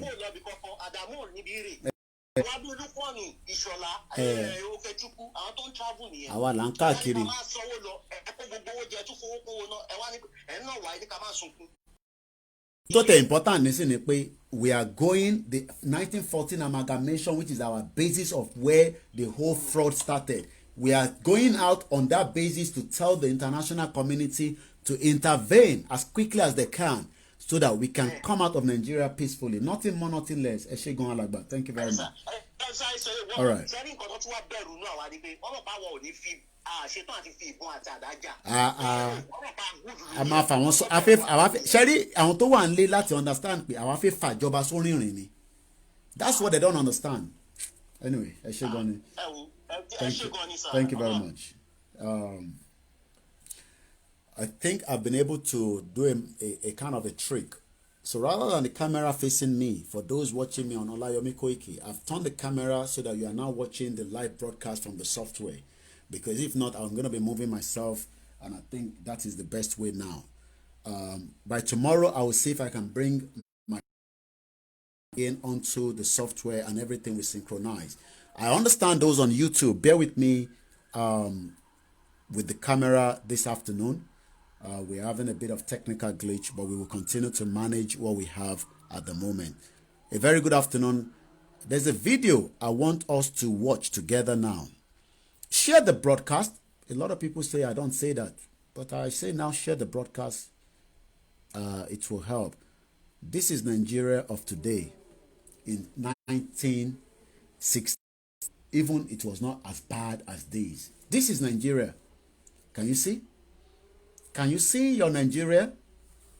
And people build fine houses next to it, and look at the drainage. Can you see that building? You can see that the building is so beautiful, but next to that building is a shanty, drainage. Nigeria at the verge of breakup.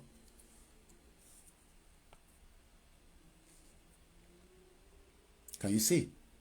I mean, imagine this is Nigeria of today, and then people say we should continue to live with the animals that are running the whole country, that refuse to build a structure that will be conducive for myself and you, a structure where you can be happy and excited. A place that you can call home. Nigeria is not a home. Even the zoo. Let me show you London Zoo. Let's go to the zoo. Let's just go and see what a zoo looks like outside the country. Because when people talk about zoo, remember, it is not the kind of zoo that we talk about. Let me just show you the image of a zoo and you see what a zoo looks like, where they keep animals. Can you see the difference? Can you see the difference in where they keep animals? Because they know that the animals must enjoy and the animals must not be living in a conducive area that is not good. So let's go back to that image. Can you see this one? Now tell me, can you see the difference of the zoo that we talk about? Right? This is a home where people live. Can you see the difference? So when we say that this country, can you see, it's a shit-hole country. Shit-hole. Nigeria at the verge of breakup. And it will eventually break up. Whether people like it or not, whether they don't like the way we say it, it doesn't matter. Can you see? Now compare this to the zoo, right? Let us just take a look and say, let's even say South Africa, because most time people say that we use London as our eye mark. Let's go to South Africa Zoo and see what it looks like. Can you see? No, just look at the environment of the zoo in South Africa. Can you see? Can you see where they keep animals in South Africa? Now compare these with where human beings are living. This is a country, 2020. This picture is not last year. This picture is only less than 42 hours, 72 hours ago that I picked it up. You can see the drainage system. A shit-hole country. A country that does not have any plan for any one of you. So when we say you should come out for a peaceful rally, now look at it. This is the Pduduwa ship. Why the Nigerian one is sinking. And it will sink. It will never come back up again. It will never come back up. It will never come back up again. Let's go straight to another caller that I believe we missed the call. This is a new ship, not the one that is not moving and is sinking already. Nigeria at the verge of breakup. Ẹ káàbọ̀ sórí ètò màmá wa. Àwọn ọmọ mi wá láti Dublin. Ọláyọmí tèmi nìkan. Tí mo fi tọ̀wọ̀tọ̀wọ̀ porúkọ yín, ẹ káàbọ̀ màmá. Ẹ káàbọ̀. Ọláyọmí tèmi nìkan. Ẹ kú ìfẹ́ màmá. Ọkùn iṣẹ́ takuntakun. Èmi nìyẹn. Ọlọ́run á ró ẹ lágbára. Mo dẹ̀ kí gbogbo àwa tá wà lórí platform náà. Àwọn náà ni màá kí yín. Lágbára Ọlọ́run àdélẹ̀ lérí. Àṣẹ Èdùmàrè. Gbogbo wa tá a bá ń sọ̀rọ̀ ká má máa sọ̀rọ̀ tó máa wé wa down. Bẹ́ẹ̀ni. Ọ̀rọ̀ tó máa mú wa mú forward ní ká máa sọ fúnra wa. Bẹ́ẹ̀ni. Wọ́n máa mú wa, wọ́n máa pa wá, kò sẹ́ni tí ò ní kú. Ó yà mí lẹ́nu. Ìgbà ló yàtọ̀. Ó yà mí lẹ́nu. Ìgbà ló yàtọ̀. Ẹ jẹ́ ká máa ní ẹ̀mí ìgboyà pé Ọlọ́run amúwadélẹ̀ lérí, ó dẹ̀ ti múwadélẹ̀ lérí. Bẹ́ẹ̀ni. Ká má máa go back, ká má máa ronú pé àwọn ẹnìkan máa mú yàn, ká má máa sọ yẹn mọ́ lórí platform. And mo dẹ̀ fẹ́ kí gbogbo wa ká múra gidigidi. Nǹkan tó ń bọ̀ níwájú sí i. Àgbọ́yé. Kápẹ́kọ̀ yìí wọ́n fẹ́ ṣe wá, wọ́n fẹ́ sọ wá di bọ́ọ̀lù táráyé ń bá. Wọ́n fẹ́ gbà síwájú, wọ́n fẹ́ gbà sẹ́yìn. Ẹ̀kọ́ lẹ̀ kẹ̀dẹ̀ forúkọ mi ti lẹ́yìn. Àwọn pípò ìbọn ṣe ń lọ again, wọ́n tún padà sórí APC máa padà sí PDP. Bẹ́ẹ̀ ni APC á padà sí PDP. Gbogbo wọn tó ń lọ yẹn nígbà tó bá ti bẹ́ẹ̀ bá ti sọ APC wọ́n á tún wá padà. Wọ́n á tún wá sọ fún yín pé PDP òun gangan lọ́lọ́run ló ń ṣiṣẹ́, kò sẹ́nìbọ̀dì tó fẹ́ ṣiṣẹ́ nù wọn. Àpò ara wọn náà jà fún. Àpò ara wọn náà jà fún.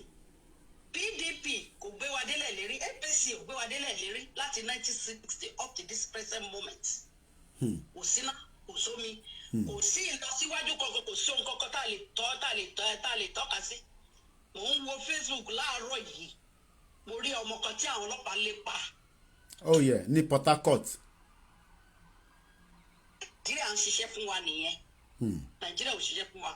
so nǹkan tá a gbé wá tá a gbé lọ́wọ́ ẹ̀ tá a fẹ́ launch ẹ̀ ní October 1st ẹ jẹ́ ká fi gbàgbọ́ pé Ọlọ́run ti ṣe Ọlọ́run ti mú wa dé ilẹ̀ lérí so tó bá rò pé bóyá tá a bá fi APC sílẹ̀ PDP tí wọ́n kọ̀ lọ́jọ́ yẹn ìyẹn náà ló tún fẹ́ padà tó jẹ́ pé àwọn bastard ní gbogbo wọn tó kó lè ní gbogbo wọn kò sí kankan tó fẹ́ ṣiṣẹ́ pé èèyàn kan pọ́kẹ̀tì wọn náà wọ̀kì fún so kẹ́ jẹ́ ká gbogbo amúra ká gbáradì láti make sure pé nǹkan tá à ń fẹ́ là ń fẹ́ kọ́ má dẹ̀ ní torí ọ̀pọ̀lọpọ̀ mo sẹ́ni kiri kan sí aláàárọ̀ yìí mẹ́ẹ̀tì mi láti Ifẹ̀ dókítà ni ó ti rìtáyà half pay ló ń gbà láti ìgbà tó ti rìtáyà ẹ̀ ṣó yẹ kó rí bẹ́ẹ̀ èèyàn fi gbogbo ọjọ́ ayé ẹ̀ ṣiṣẹ́ ó tó time ọpẹ́lọpẹ́ ọmọ ẹ̀ kan tó ní sí Japan òní source of income ṣó yẹ kó rí bẹ́ẹ̀. ṣó yẹ kó rí bẹ́ẹ̀.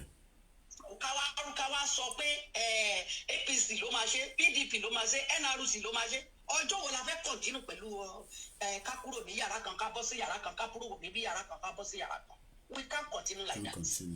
So mo ẹjọ́ mo rọ̀ yín ni nǹkan tá a gbé lọ́wọ́ yìí òní kẹjẹ ká fojú sí kò sí nǹkan kan whoever nínú wọn tó bá dẹ̀ fẹ́ bá wa wọ Odùduwà tó bá ti jẹ́ olè ìdílé ò ní jọba tó máa fi jáde láyé ẹni tó bá ti jẹ́ olè tó bá ti lé òun ibi tá à ń lọ yìí òun fẹ́ bá wa débẹ̀ olè yẹn lòun fẹ́ jà ojú wa máa tó ko ojú wa tó ẹ̀ generation kò ní rìn nínú Odùduwà so ó jẹ́ nǹkan tí mo fẹ́ sọ ká má ní ìbẹ̀rù ìgbésí ayé tá à ń gbé ní Europe tó jẹ́ pé ẹni tí ò ṣiṣẹ́ lásán á jẹun ẹni kò sí bó bá sick wọ́n máa fún ẹ ní medical ọ̀fẹ́. Oh yes. bí bóò nílé wọ́n á fẹ́ sílé wọ́n máa gbélé guarantee nìyẹn. ọ̀nà tó dẹ̀ máa gbé olè lè rà àgbókò róòlì ní láìpẹ́ stay irú ìgbésí ayé tẹ because àwọn omi tó bá ṣe broadcasting ẹ̀ anytime tó bá ti wà online máa jẹ́ ká mọ brand nǹkan tá à ń fẹ́ nǹkan tá a fẹ́ ṣe sílẹ̀ yẹn ìgbésí ayé tá à ń gbé níbí afẹ́fẹ́ bèbè orílẹ̀-èdè yẹn. the kind of lifestyle tá à ń gbé níbí. because ìgbésí ayé tí wọ́n ń gbé ìgbésí ayé mo fẹ́ ìrìnsì pocket mi because èmi ò rí reason tó jẹ́ pé kò ní sí ìran kankan tó lè benefit nínú federal government nínú nǹkan tí gbogbo wa jọ ní tí gbogbo tí Ọlọ́run dá sí orílẹ̀-èdè yẹn tó máa jẹ́ pé any post tó bá ti wá tí ò bá ti jẹ́ pọ́n gbé fún ìyàwó wọ́n á gbé fọ́kọ wọ́n á gbé bọ́kọ wọ́n á gbé bá púrò wọ́n á gbé bá púrò wọ́n á gbé kò sí any family tó fẹ́ kó ní input nínú system mọ́ àwọn nìkan ni generation àwọn nìkan ni so kò yẹ kó rí bẹ́ẹ̀ kò yẹ kó rí bẹ́ẹ̀ so Odùduwà á gbè wá. October 1st ẹ jẹ́ ká jáde Ọlọ́run á gbà fún wa àbọ̀ á lè dájú lórúkọ Jésù lágbára Kristi àbò máa dájú lórí ẹ̀yọ̀ mi àti gbogbo àwọn sọ̀rọ̀sọ̀rọ̀ wa ò ní ṣu bẹ́ẹ̀ ni ò dẹ̀ ní ṣubú ara lágbára Ọlọ́run. Àmín Jésù ẹ ṣé gan ni mà. God bless you. nígbà tí màmá wa tán ní kí n ṣàlàyé fún àwọn èèyàn irú ilé ayé wo la fẹ́ gbé I'm gonna tell you what happened when you want to claim child benefit in this country. This is the kind of system that we expect to work in Nigeria, but it has never worked, and it will never work. How to claim everything you need to do. You don't need to know the chairman of your local government. You don't need to know Tinubu. You don't need to know Aregbesola. You don't need to know anybody. All you need to do is come on the official government website in UK, and you will be able to apply directly for what we call child benefit. Do you have the same opportunity in Nigeria of today? Can you guarantee that your child can get a benefit claim inside a country that has the vast amount of crude oil as number 6?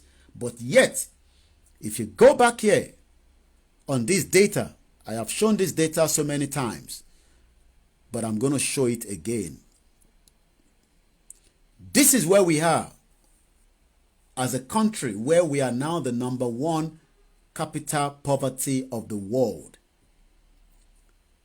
Let's explore it a little bit. Let's go into Nigeria.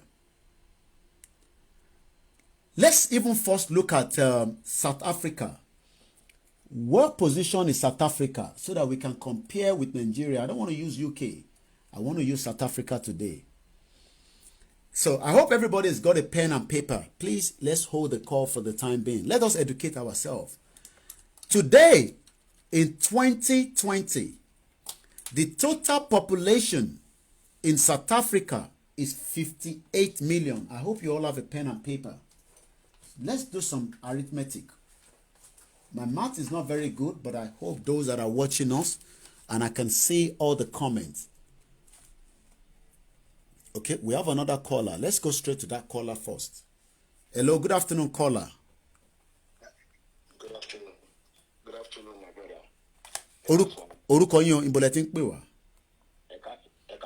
Ẹ káàbọ̀ sórí ètò. Àti bo.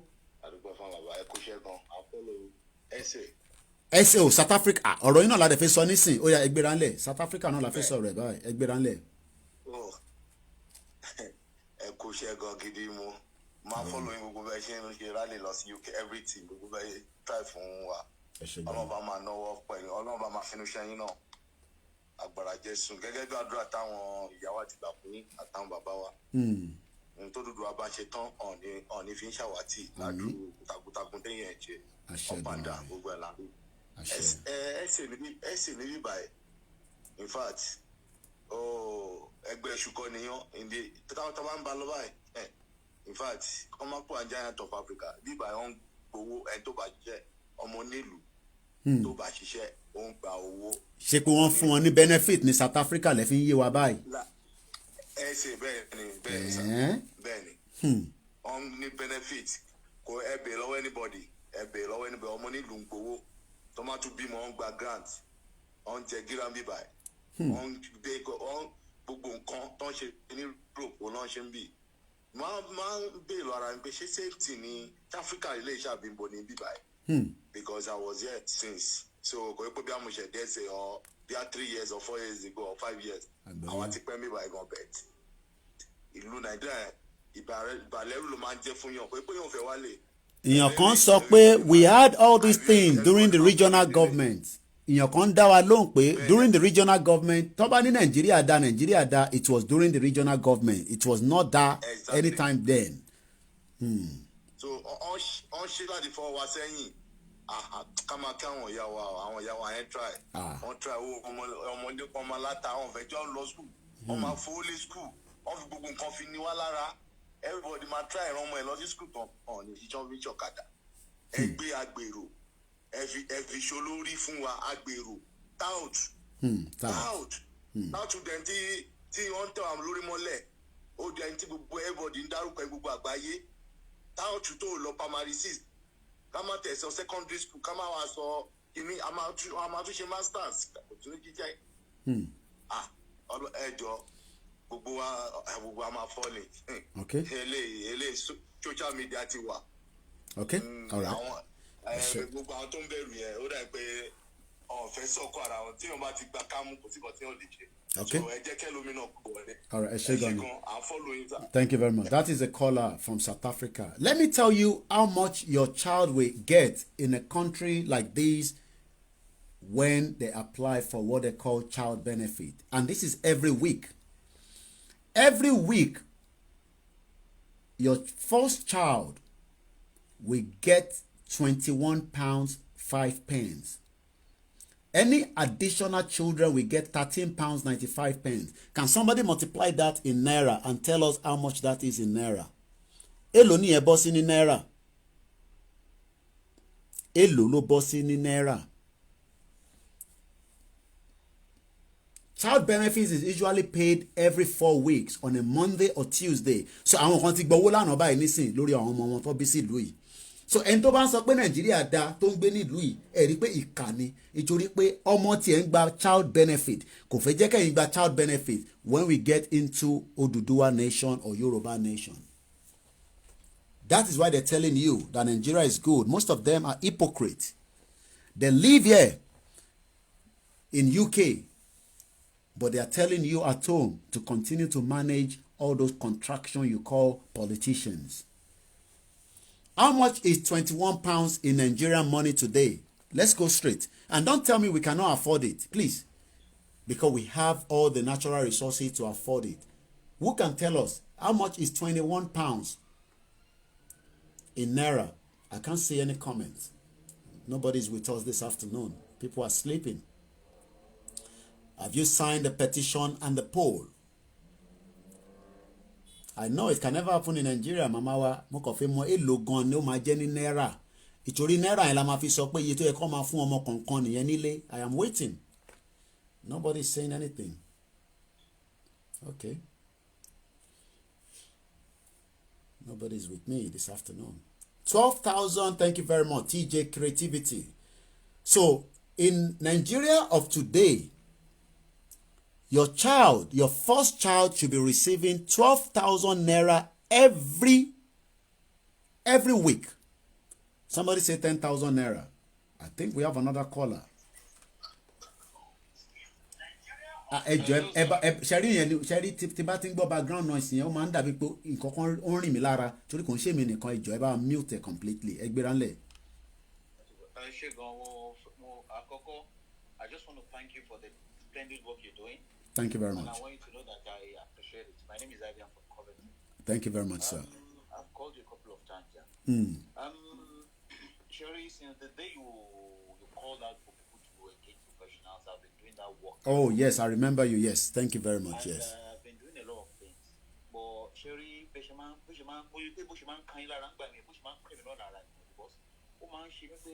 are people crazy at all?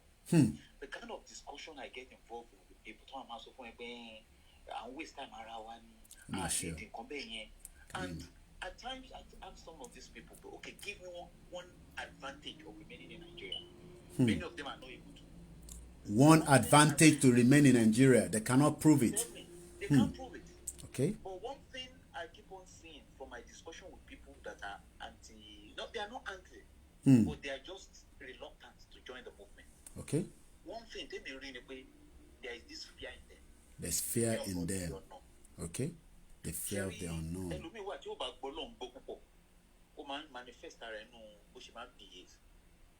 So, what I keep on doing is citizen AYO, program forward.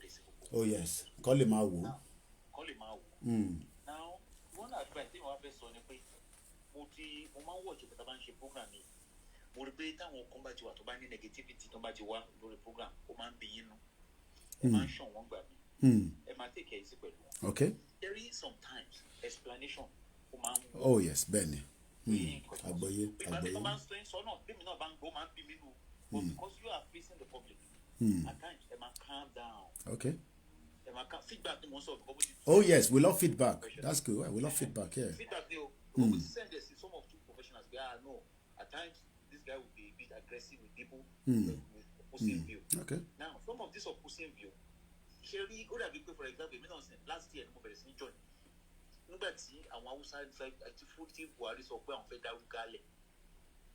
does that mean? That means they want to expand their territory to Yoruba land. Oh yeah, people don't understand that. They are coming for our land. They are coming for your land. Very soon, you will not be able to go back home anymore. They are coming for our resources. Yeah. Meanwhile, our economy is in shape that 7 years ago. Now, one thing before me go understand them go buy. So I better condition so kawa nonsense kama take it easy. Okay. Okay. All right. Now my questions in one. Look, can you tell me? Do you know what this water resource bill is? Sharing water resource bill on discuss the National Assembly. People don't know. In danger for 2 1 benefit. Lagos Atlantic City then free trade zone that put in call water resource bill says any water resources and 6 kilometers land within it belongs to federal. Sherry Bobo Bayon, what he estimates Betuleki will be the highest cash earner for Nigeria within the next 10 to 20 years. Airport Mawambe, federal government claim that is what that bill is all about. Okay. Now, by the time I'm now able to explain to one or two people, one like so what people in Lenny, yes, Yeah. Why are they coming with ammunition into our territory? Okay. Now, but why you come on? Bí mi ṣe like Adéyínká grandson, ó ṣe analysis kan tó sọ resources wa, nǹkan tá à ń make nílẹ̀ Yorùbá, nǹkan tó lọ sí north, what we be able to make. But wọ́n send us náà bọ̀bọ̀ kan. Bọ̀bọ̀ yìí wá sọ fún mi pé, I'm not aware of this. Bọ̀bọ̀ yìí not changing scene. Okay. So let's use the power of dialogue, the power of explanation. Let's convince àwọn èèyàn wípé yes, this is where we need to do. Because we need the numbers. Definitely, yeah. We need the numbers. Okay, we all need right. The numbers. All right, thank you very much, my brother. Really appreciate it. Ashe Dumare. Thank you. That's we love feedbacks, and then I do appreciate that. At the moment, the poll is 20,606. Ìlú wo ló máa fún wa ní the best when it comes to this rally all over the world? Which of the country do you think will perform very well in terms of the awareness tí Donald Trump àti gbogbo àwọn àgbáyé máa fi gbọ́? I want us to make it like a challenge for us on that day. Let's come back to the child benefit. The child benefit in UK on a weekly basis is £21.05. Any additional child will get £95. You don't need to know the local government chairman. You don't need to know anybody. You don't need to know any politician. You don't even need to know who is in charge so that you have to bribe them before they allow your child to get a child benefit. Why do you keep saying volume? The volume is very good. Maybe you want to come out of the broadcast and come back in, because I am very close to the phone. I understand the last caller. Maybe you didn't hear the last caller, but is it my volume that is not good or the caller that called? A very good afternoon to those that are still with us on all the platforms, especially those that are watching us after 60 days on Olayomi Koiki Facebook page. I welcome you on. Some people have been asking, where have I been? That means you've never looked for me, and I believe that is not something for me to respond to. I have not stopped talking. Let's contact United Nations, okay? A good idea. Your child in UK, one Nigeria, ask them to come back home. When they tell you one Nigeria, tell them to transfer that £21 that their child is getting every week to your own child in Nigeria, even if they cannot send them back home. Volume is good for myself. The volume should be, I'm next to the phone. So somebody said the volume, and I'm very close to the phone. So maybe the Mofi Towotowaki sister mini Paris. Which of the country around the world will prove to us that the caller, sometimes when the caller call, they don't speak up. That's why I say speak up, because we are not in the bedroom. We are talking about a total dissolution, a total amalgamation of Nigeria. Anytime anybody in UK, I don't know about another country, I've lived there for over 2 decades. Tọ́ba ti ń sọ fún yín pé Nàìjíríà da, ẹ sọ pé gbogbo owó tó ń fún àwọn ọmọ wọn ní every week kó máa transfer wá sílé fún yín, which is about 12,000 naira. Anyone that says Nigeria is good and they are living in UK, just tell the person that you know, don't deceive me. Your child is getting what they call child benefit every week. I am not talking about every month. Every week, this is what the same thing that your own child in Nigeria should be getting. Are they getting it? No. Because Nigeria is a shithole. Let's look at the graph of the South Africa. Our population is not up to South Africa. They have a total population of 58 million. At the moment, they have people living in extreme poverty that is about 16 million. Let's come to Nigeria. Our population is 205 million. Remember, out of that, we have 16 million that are Yorubas. So how come we have to be inside a country when only 58 million people in South Africa, and we are Yorubas have only more than, even let's say we are 58 million. I hope you can see. Okay, it's the last caller. All right. That's why I have to tell them to raise their voice when they're calling the show. Again, very sorry to those on YouTube with the camera disturbed this afternoon. I am reading some of the comments. Somebody on YouTube says all hands must be on deck. Whatever contribution that each and every one of us make can never be in vain. The issue of amalgamation that has expired is a very German to the struggle. And that is right. But we also want to tell people why we will benefit when we get a new nation. We must tell them. So anyone all over the world that is saying that one Nigeria is good, especially the ones in UK, ẹ kàn máa sọ fún wọn pé owó tán fún àwọn ọmọ ní every week kọ́ bá yín send ẹ̀ wá sílé. When I call the ambulance services, this is the zoo, and I purposely choose South Africa because when we talk about UK, some people will say, oh yeah, because you live in UK. But look at the zoo in South Africa. Let's see if we can even go on their website. I don't know if they have a website, but I just want to see. Safari now. We have same thing in Nigeria, but it is not working because they are not funding it. Nobody's funding it. So it's a dead zone. And you compare that. I want to play a video that I've prepared. Where is that video? I hope I've not lost that video. Let's keep in mind with these. Remember, this is Nigeria of 2020, where nobody is interested. This is a school building that collapsed somewhere in Lagos. Lagos, where people shout Lagos, Lagos, Lagos. Safety and standard. This is not the kind of new nation that we want, where people will just bribe anybody and build anything and then compromise the lives of the children. I don't know whether any children died in this school, but what I know is you can see the building. The question now you should ask yourself is, where is the local government? Because the local government is not working. Nigeria at the verge of breakup. There's a video I'm going to play now. October 1st rally we hold with or without you. It doesn't matter how many people will be out.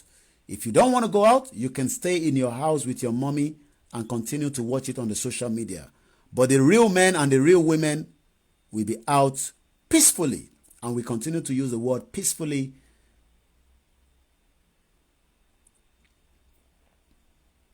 Once again, a very good afternoon. The time is 14:57. We are currently live. Yes, 10,000, 12,000. That is what your child should be getting every week. But not inside location 419, call Nigeria.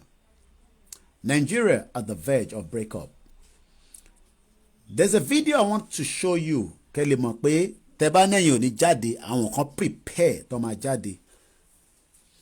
Wọ́n dẹ̀ máa jáde tọkàntọkàn. Tí nǹkan kan ò ní ṣẹlẹ̀, ilẹ̀ ò dẹ̀ ní yà wá sísàlẹ̀. Sorry, I prepared the video already, but I think I must have closed it. I will get there in just a few minutes. That is not a video. This is Pduduwa Republic Libya chapter. Which country will be colorful on the 1st of October? Is it going to be Germany? France? Ìlú Ogan ló máa jẹ́ kí Donald Trump àti United Nations mọ̀ pàfẹ́ lọ. Who is going to be doing a lot of tweets on that day? Who is going to be on Instagram? Who is going to be telling the world about Pduduwa? Don't leave it to Koiki Media alone. But every images. I'm going to come back to Sister Dara because there's a video that she did on Sunday. I did enjoy it.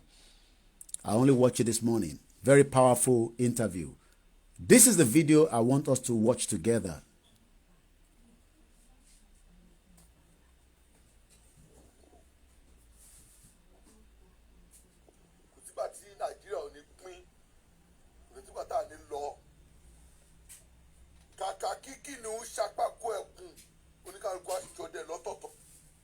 Sorry about that. I just want to expand it a little bit.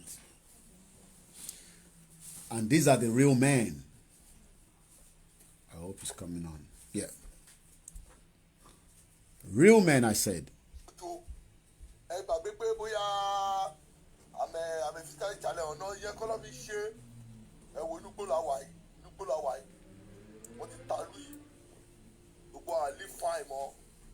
Everybody will jẹun mọ́.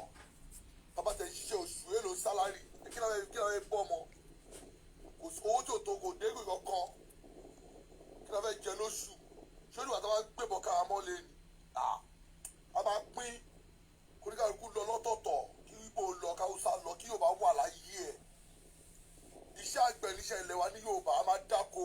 jẹ wọ́n máa mú kò sí ọ̀rọ̀ tó máa ṣẹlẹ̀ ọmọ akílẹ̀ mi o èmi ò kí ṣojo arógun má sà ọmọ balógun èèyàn tó ń jẹ́ balógun ṣe warrior balógun ló lè fi ẹ̀ kò síkú tó máa pa àgbàtà ní pápó lórí ẹ̀ ń bẹ̀ my people they fear too much.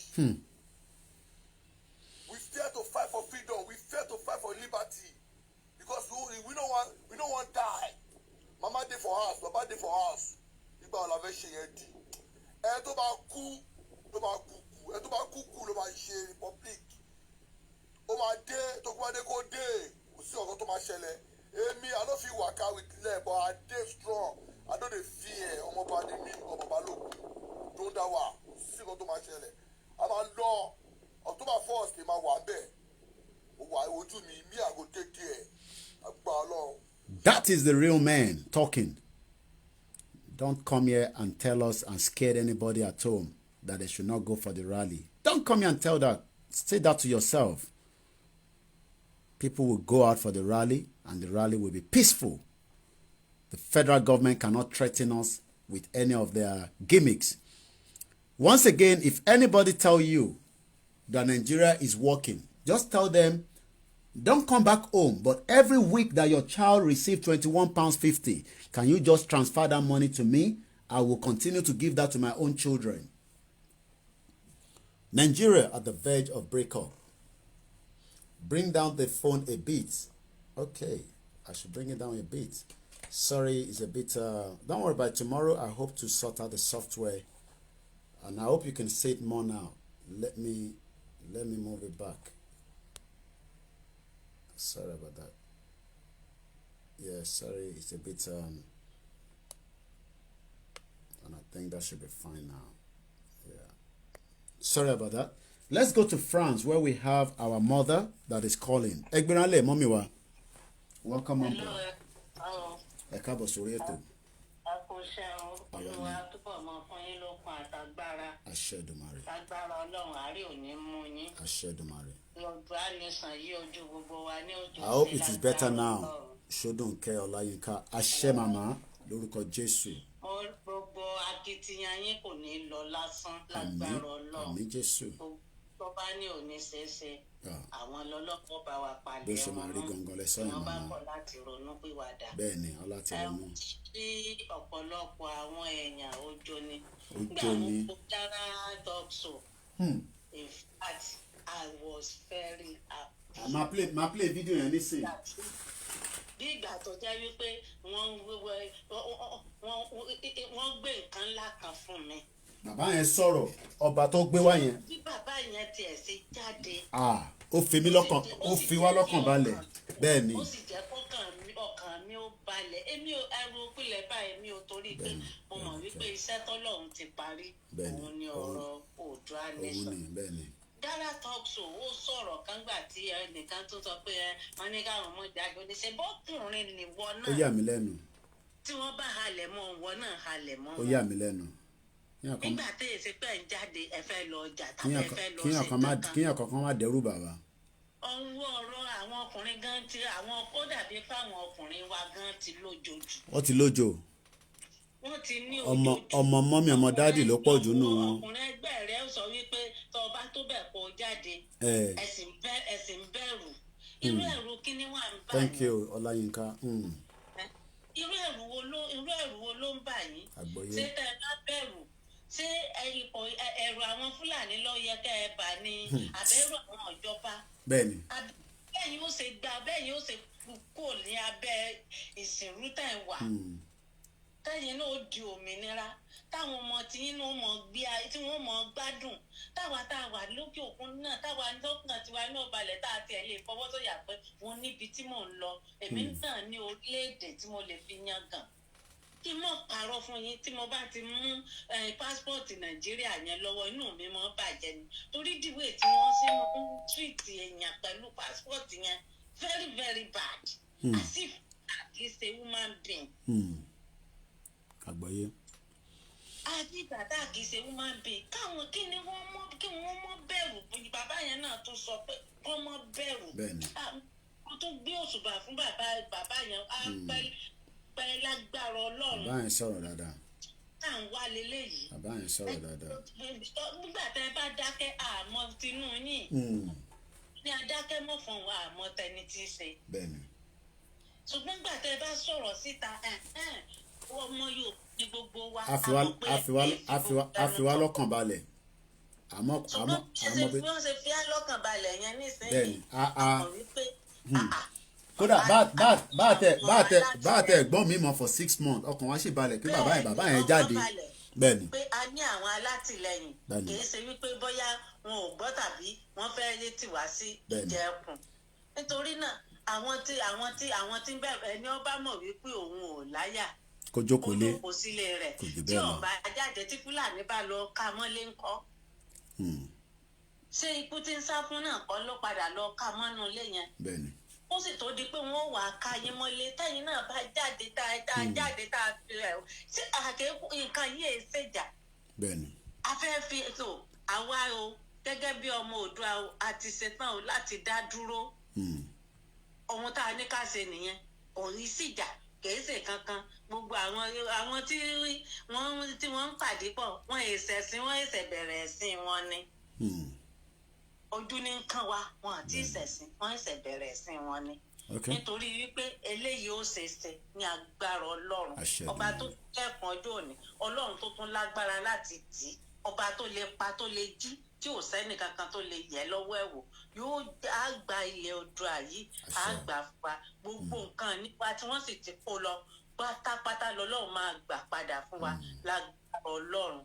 Nítorí náà káwọn èèyàn ó mọ́ bẹ̀rù gbogbo ẹni tó bá lóore ọ̀fẹ́ kó bọ́ síta ẹ jẹ́ ká sọ ká fi ẹ̀hónú wa ká lọ wọ́ọ́rọ́wọ́ kò sí nǹkan kan Olúwa ràn yín lọ́wọ́ torí lágbára Ọlọ́run. 8 days before the rally, I see my sister in Southeast London. Mo kí gbogbo ẹ̀yin tẹ́ ń wò wá ní all over the world. Sometimes I don't want to mention everybody's name because some people prefer not their name to be mentioned on a live broadcast. But I say good afternoon to those that are watching now. Let's come back now to the reason why we want to go on a rally. Ẹlòmíì ò mọ̀ di ta ṣe fi jáde kúrò fún Nàìjíríà.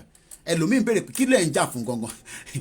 I laugh when people call me and say kí ni nǹkan tẹ́ ń ṣe yẹn gangan náà? Kí ni purpose nǹkan tẹ́ ń ṣe? You know they're asking stupid questions. But like my brother said, be patient with them, and I do. Every day I receive different calls, but I won't go into details. But when they call ni kí ni nǹkan tẹ́ ń ṣe yẹn gangan náà? Bí gbà tẹ́ pé wọ́n mọ̀ pé ìlú yẹn ò gbádùn. Amalgamation 1914 ta ló so wá papọ̀? Kí ni ìdí tó fi so wá papọ̀? Ǹjẹ́ ó ti tó àsìkò pé ká kúrò nínú amalgamation yẹn àbí ká continue pẹ̀lú ẹ̀? This is not a PDP APC. Let's go back to the real root why we must come out on the 1st of October. Níbikíbi tá bá wà, ìlúkìlú tó bá wà, o láti fàyè sílẹ̀ fúnjọ́ yẹn. Don't give any excuse àfi tó bá rẹ̀, àfi tó bá ní any other reason, genuine reason not to be outside. Look, people are going out. Don't use COVID-19 as something that no. Cover your mouth, cover your face. Get your angel. Don't use excuse. 1914 amalgamation. It is time now to de-amalgamate. Tomorrow, we're going to be having a guest that will be joining us. Kayode Emola will be with us tomorrow, and I'll be telling you more. Let's go straight to the caller. Ẹ kúrọ̀lẹ́ orúkọ yín ọ̀bọ̀lẹ̀ tí ń pè wá. Orúkọ mi ṣe o láti Èkó. Láti Èkó ṣé ẹ níná? Iná ṣé sì àwẹ́ iná yẹn náà bíi kéèyàn máa fi owó rẹpẹtẹ máa fi máa ra náà ni o. Ṣéjọba ń fún yín ní ṣọ́n fáwọn ọmọ yín ní child benefit? Rárá o bàbá irọ́ o. Ṣé ń tọ́jú arúgbó? Tọ́jú arúgbó o. Ó dà ẹgbẹ́ra ńlẹ̀. Ẹ ṣé gan sà ṣáájú ohun gbogbo adúpẹ́ fọ́lọ́run. Alhamdulillah. Tí ó jẹ́ kí gbogbo àwọn àkókò àti ìgbà yìí kó máa wá sí ilé ayé. Bẹ́ẹ̀ni. Tí ó sì ń jẹ́ kí ó lo èèyàn kan náà lọ́run náà máa lò. Ṣùgbọ́n a sì dúpẹ́ wípé ó ń lorú ẹ̀yìn báyìí. A dúpẹ́ lọ́wọ́ Ọlọ́run ọpẹ́ àti ògo padà fún Ọlọ́run alókè. Àdúpẹ́. Ṣọ́rọ̀ mi yé yín. Àgbọ́yé. Ṣùgbọ́n tó dùn ohun tó tún wá kọ mí lóminú nínú ọ̀rọ̀ yìí kì í ṣe àti jáde ló ń barú àwa ìlẹ́rù. ok. sọ̀rọ̀ mi yé yín. àgbọ́yé. like yesterday mo rí ibi tí ẹ ti ń ṣe kinní pé àwọn London South London àbí nǹkan kan pé wọ́n protest ọkàn bẹ́ẹ̀ ní peaceful kò sí jà. sọ̀rọ̀ mi yé yín. So irú nǹkan bẹ́ẹ̀ tẹ́ ẹ sọ pé ṣé wọ́n lè ṣe irú nǹkan báyìí Nàìjíríà tí wọ́n ò ní máa yìnbọn tí wọ́n ò ní máa pààyàn kiri. sọ̀rọ̀ mi yé yín sà. àgbọ́yé. tó ṣe wá rí àwọn sórí kẹ kò sí bá a ṣe máa ṣe kinní yìí gẹ́gẹ́ bí ọ̀rọ̀ bàbá mi kan ni oníbọ̀dá wa ò ní fi gbogbo ara sọ̀pọ́ọ̀tì o ṣé bọ̀dá tí mo sọ ẹ̀ ṣó yé yín. ó ti yé mi ẹ gbé ohùn sókè ẹ máa gbé ohùn sókè. bọ̀dá wa yẹn ṣẹ́rí bọ̀dá wa àwọn ò ní fọwọ́ sí wípé yá ẹ̀sán yìí kinní yìí kí àwọn Odùduwà kọ́ dá dúró bọ̀dá wa ò ní gbà torí ntí bọ̀dá wa ń fẹ́ òun kọ́ ní táwa fẹ́ ló ṣẹlẹ̀ sí ọ̀rọ̀ ẹ̀lẹ́ṣọ̀nù ló bá bọ̀dá wa báyìí o. àgbọ́yé. kí ọlọ́run kó gbà lọ́wọ́ àbọ̀ àwọn 2023 ní bọ̀dá wa ń lé o. kò tẹ̀ ní sí 2023 láṣẹ Èdùmàrè. ó yé mi. kàkà kí bọ̀dá wa sọ wípé ókè ẹyọ ọmọ yìí èmi náà support nǹkan tẹ́ ẹ fẹ́ ṣe yìí kí yóò bá dá dúró. bọ̀dá wo ò fẹ́ bẹ́ẹ̀ o. kí bọ̀dá wa sọ pé gbogbo ẹ̀yin àgbààgbà láti Èkó ń bí ó yá ẹ bá mi pé lágbájá ó yẹ já lọ síbí àwọn ọmọ yìí ní pé nǹkan tó fẹ́ lélẹ́yìí. torí àsìkò bọ̀dá bí bọ̀dá wa like ẹ̀ wọ́n lọ dáadáa you like it or not àsìkò ẹ̀ ti ń kọjá lọ. ó yé mi.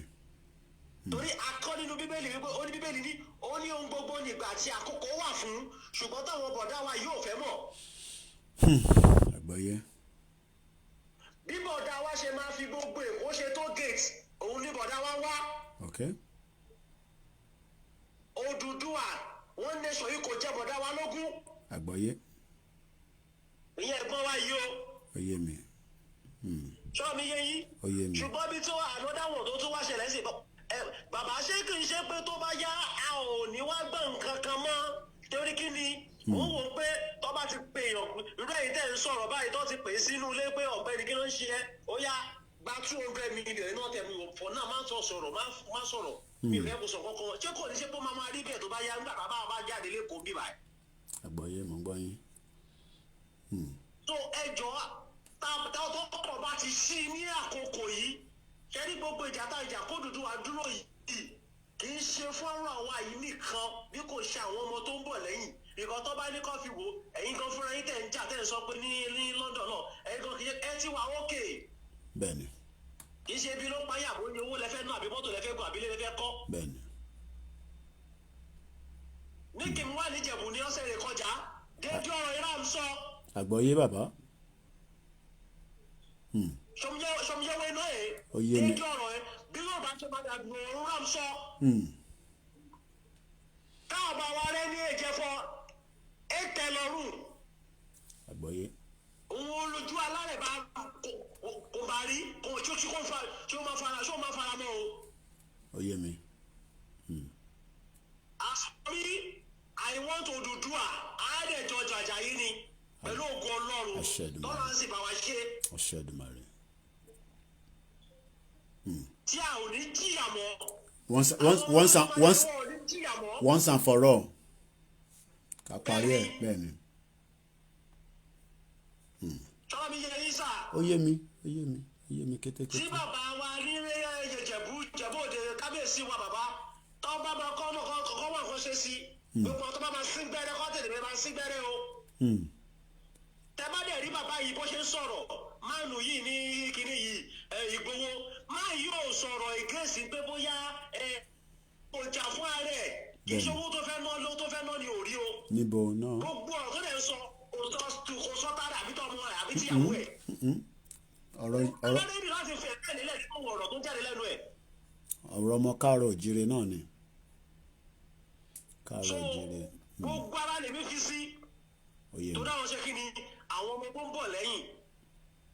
àgbọ́yé. tó ẹ ṣe gan ni. kémi náà dá sí ètò. ẹ ṣe gan ni. ìsọ kí gbogbo àgbáyé gbọ́.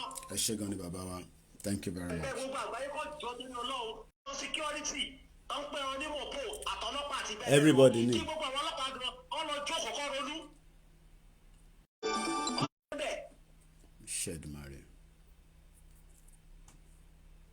torí kálukú bẹ̀rẹ̀ wọ́n bẹ̀rẹ̀ ọlọ́pàá pé wo ọmọ tó bá rámú ó lọ sẹ́wọ̀n nìyẹn ó lọ sínú ayanran nìyẹn tí wọ́n ní wọn kò sẹ́ tó fẹ́ dúró mọ́ ṣùgbọ́n tá a bá wá rí ọlọ́pàá tí IG command látàbújá gbókè o tó command fún commissioner àti DPO wípé òkè gbogbo sáìdì kálukú gbogbo ọmọ tó bá ti rí tó rẹ fún protest ó yẹ máa rá wọn mú sínú ayanran tó bá rá wọn mú tó mú wọn àwọn kan ṣe ara wọn ni ṣùgbọ́n torí kiri ìjà yẹn láti jọ jà á ni. bẹ́ẹ̀ni. ibi tí gbogbo ọmọ àgbàlagbà Yorùbá ò ti fura lélẹ̀ bàbá ẹ lọ wo gbogbo kíní gbogbo tí Nàìjíríà all over Nàìjíríà gbogbo àwọn what do you call it àwọn post tó pọ̀ jù Nàìjíríà Haúsá ló pọ̀ jù. bẹ́ẹ̀ni tẹ̀bádé kọ́ tẹ̀bádé ọlọ́pàá Haúsá ni tẹ̀bádé Navy Haúsá ni gíga Àbújá Haúsá ni Senate Haúsá ni. Kò ṣe fi Yorùbá sí fi ṣe Senate. Okay. All right. Ẹ ṣé gan. All right. Ẹ jẹ́ ká sáré wo fídíò tí wọ́n ṣe send sí wa yìí. Tá bá sọ pé Nigeria is a shit hole, is a very very deep one. Ẹ jẹ́ ká jọ wo fídíò yẹn together. Màá mute software yẹn so that there will not be any echo. But I'll play the video now.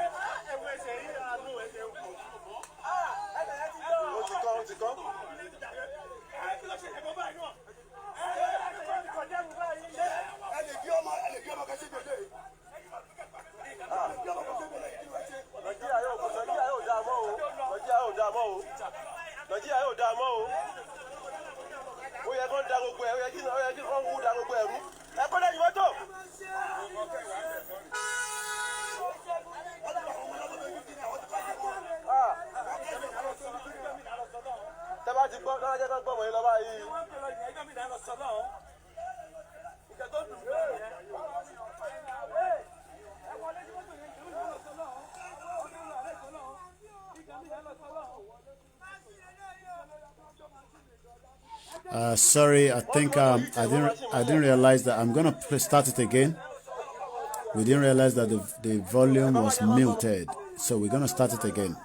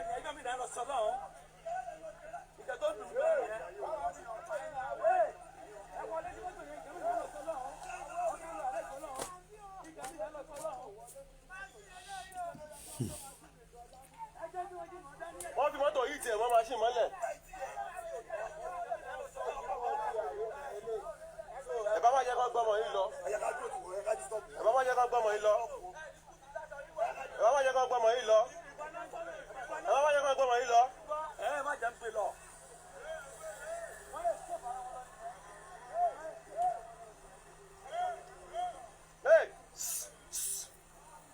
Kọ́ máa jẹ́ kó gbé lọ.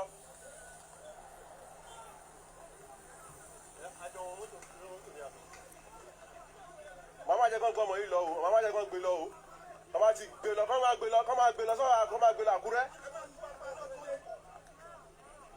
Kọ́ tọ̀ padà kọ́ gbé lọ, kọ́ máa gbé lọ Àkúrẹ́.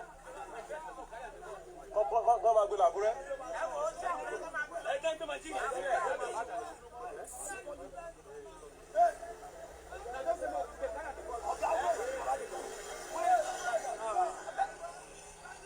Ìkan mi náà lọ wá lọ́rọ́jọ́ mi mọ́ lọ ẹjọ́ ẹ̀pọ̀sẹ̀ lórí kìíní.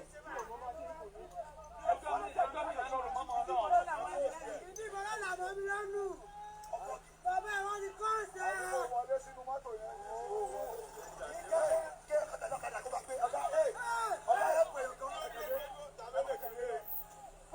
Ẹ má jẹ́ kó gbé lọ, ẹ má jẹ́ kó gbé lọ. Ẹ má jẹ́ kó gbé ọmọ yìí lọ, Àkúrẹ́ ni ẹ kó gbé lọ.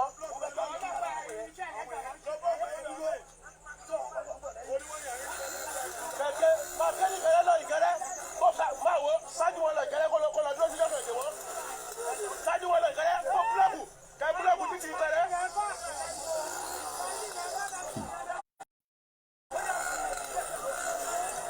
Ẹ ṣáájú wọn ní kẹ́lẹ́ kó búlọ́ọ̀kù wọn lẹ̀. Báyọ̀lá. Àwọn ọmọ fún ọ̀kan náà tún wà ní òkè náà fẹ́rẹ́ pé. Ọ ṣì tàn, táwọn lọ́kadà ilé. Àárín náà ó tíráwò ni, táwọn lè lè báyìí. Wọ́n ṣègbè bọ̀bọ̀ kan bẹ̀rẹ̀ wọ́n bá iPhone lọ́wọ́ ẹ̀. iPhone làásán náà bá lọ́wọ́ ẹ̀ tó wọ́n bá iPhone wọ́n tó rọ̀ fún ẹ̀kọ́. Ẹ káàbọ̀ sórí ètò. àwa nìyẹn omi tẹ mọ kàn ní kí n try nígbà tí mo rí nísìnyí ni pé ààyè wà lórí ètò ìgbà tẹ ẹ wá ti ń tẹ ẹ wá ti ń kílíkì yẹn mọ ní àmúlé ẹ wà lórí ètò. Yà wà lórí ètò. ẹ kú iṣẹ́ takuntakun. Ọlọ́run àdúrà pẹ̀lú wa. Àmín ojú Jésù. òkú ní tiwa. Àmín. ohun tá a dẹ̀ gbé kalẹ̀ Ọlọ́run máa gbà fún wa láṣẹ Ọlọ́run. Àmín. Àmín. Ọlọ́run ti gbà fún wa. Àmín. Fídíò tẹ́ ń play nísìnyí ni mo fẹ́ sọ̀rọ̀ lé. Ẹ gbéra ńlẹ̀ màmá. Ṣé àwọn fi àwọn ọmọ ní ṣe ẹgbẹ́ rí páwọn èèyàn wá pọ̀ wọ́n pariwo. Ṣèbẹ́ rí wọn tí wọ́n ń pariwo ń bẹ̀ yẹn. Bẹ́ẹ̀ni. Ọlọ́pàá tó wà ń bẹ̀ yẹn kò ju méjì lọ o.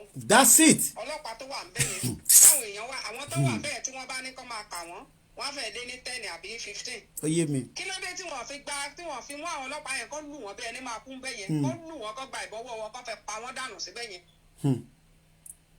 Ẹgbẹ́ ti máa ariwo tó máa pa nìyẹn tó máa pariwo tó máa gàndí sẹ́yìn tó máa pariwo tó máa gàndí sẹ́yìn tó máa pariwo tó máa sọ̀sọ́kúsọ àbí kán gbé fóònù kán máa ya fóònù káàkiri kán máa ya píkṣọ̀ kiri tí nǹkan bá ti ṣẹlẹ̀ ibi tí nǹkan ti ṣẹlẹ̀ yẹn kí ló dé tí wọ́n fi gba àwọn ọlọ́pàá tó wà bẹ́ẹ̀ wọ́n ju bíi méjì lọ sọ́jú méjì lọ ogun tó ń dánwò lẹ́sẹ̀ wọ́n lè dánwò ní ìlàrí ìlú tó ti bí mi tí wọ́n lè dánwò ń bẹ̀ wọ́n máa pariwo òsì góńgóńgó tó tẹ̀ fẹ́ tọ̀rọ̀ kó fẹ́ tí wọ́n á dórí kíní àwọn á pariwo òsì wọ́n máa gbé fóònù wọ́n máa ìgbà tí wọ́n rí pé nǹkan kan yẹn ṣẹlẹ̀ ń bẹ̀ yẹn àwọn ọlọ́pàá méjì tó wà ń bẹ̀ yẹn at least ọwọ́ àwọn tó wà ń bẹ̀ yẹn ọwọ́ wọn sì lè ká wọn. Ẹ wá ní pé kọ́ máa ẹ bá ọwọ́ ń pariwo sáwọn aláfẹ́ wá jà fún ẹ bá àwọn náà máa jà fúnra wọn. Àbí. Sáwọn alá máa jà fún wọn ni àwa ń jàjà tiwa ń bíbà yìí wọ́n ń jáde à ń jáde wọ́n rí wa wọ́n rí gbogbo ẹ̀.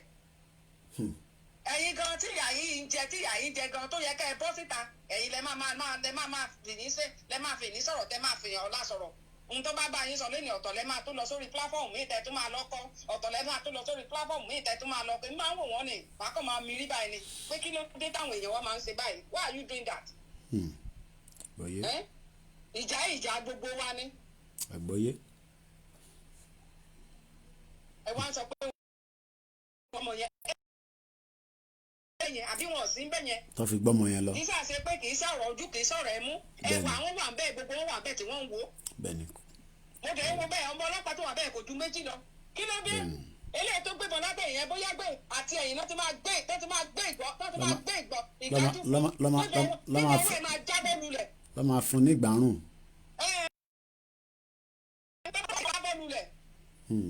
Mọ́tò òyìnbó tó sì tí wọ́n gbé síbẹ̀ tó máa dáná sun tó bá fi ẹ̀sáǹpù fún wọn bẹ́ẹ̀ yẹn rí pé orí wọn máa pé bẹ̀tí ìgbà tó jẹ́ wọn kàtó àṣẹ wọn máa tàdí mẹ́yìn ni wọ́n tàdí mẹ́yìn wọn máa gbé fóònù wọn máa gbé fóònù wọn máa fídíò òfò ṣé fídíò lẹ́fẹ̀ẹ́ jẹ ni fídíò lẹ́fẹ̀ẹ́ jẹ ọ́ní kọ́ gbà yín kúrò lóko ẹrú ìgbà míì bá máa kó máa wọ̀rọ̀ kó máa ń ká mi lára ni á kó máa ká mi lára ni torí ẹ̀ ní fi dàbẹ́ pé sometime ní pè lórí mi sábà máa ń pè ó yé mi. torí ọ̀rọ̀ wọn máa ń run mí nínú ni n tó yẹ kí wọ́n jáde lórí wọn ò ní jáde lórí n tó yẹ kí wọ́n sọ wọn ò ní sọ àbí kó máa káàkiri gbogbo orí kíláàmù kó máa jàjà òfò ìjà tí ó kàn wọ́n lẹ́sẹ̀ n tí ó kàn dání ẹ̀ ní sọ ẹ̀ ní jáde lórí n tí ó kàn yín lẹ máa jàlé lórí lẹ máa búra yín. ọ̀rí Edo State wọn fi Edo State kọ́ fi ṣe ẹ̀sáǹpù wọn rí tó ṣẹlẹ̀ ní Edo State níjẹ tàbí jẹrin wọn fi yẹ kó fi ṣe ẹ̀sáǹpù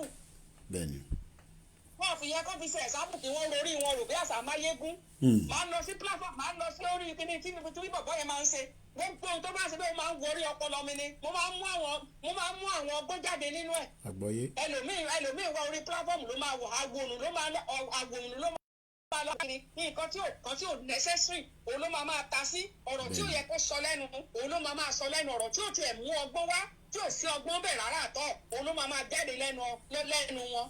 ẹ parọ́. ẹ wo fún òtí dára pé ó ṣe níjẹta ẹ wo bàbá yẹn.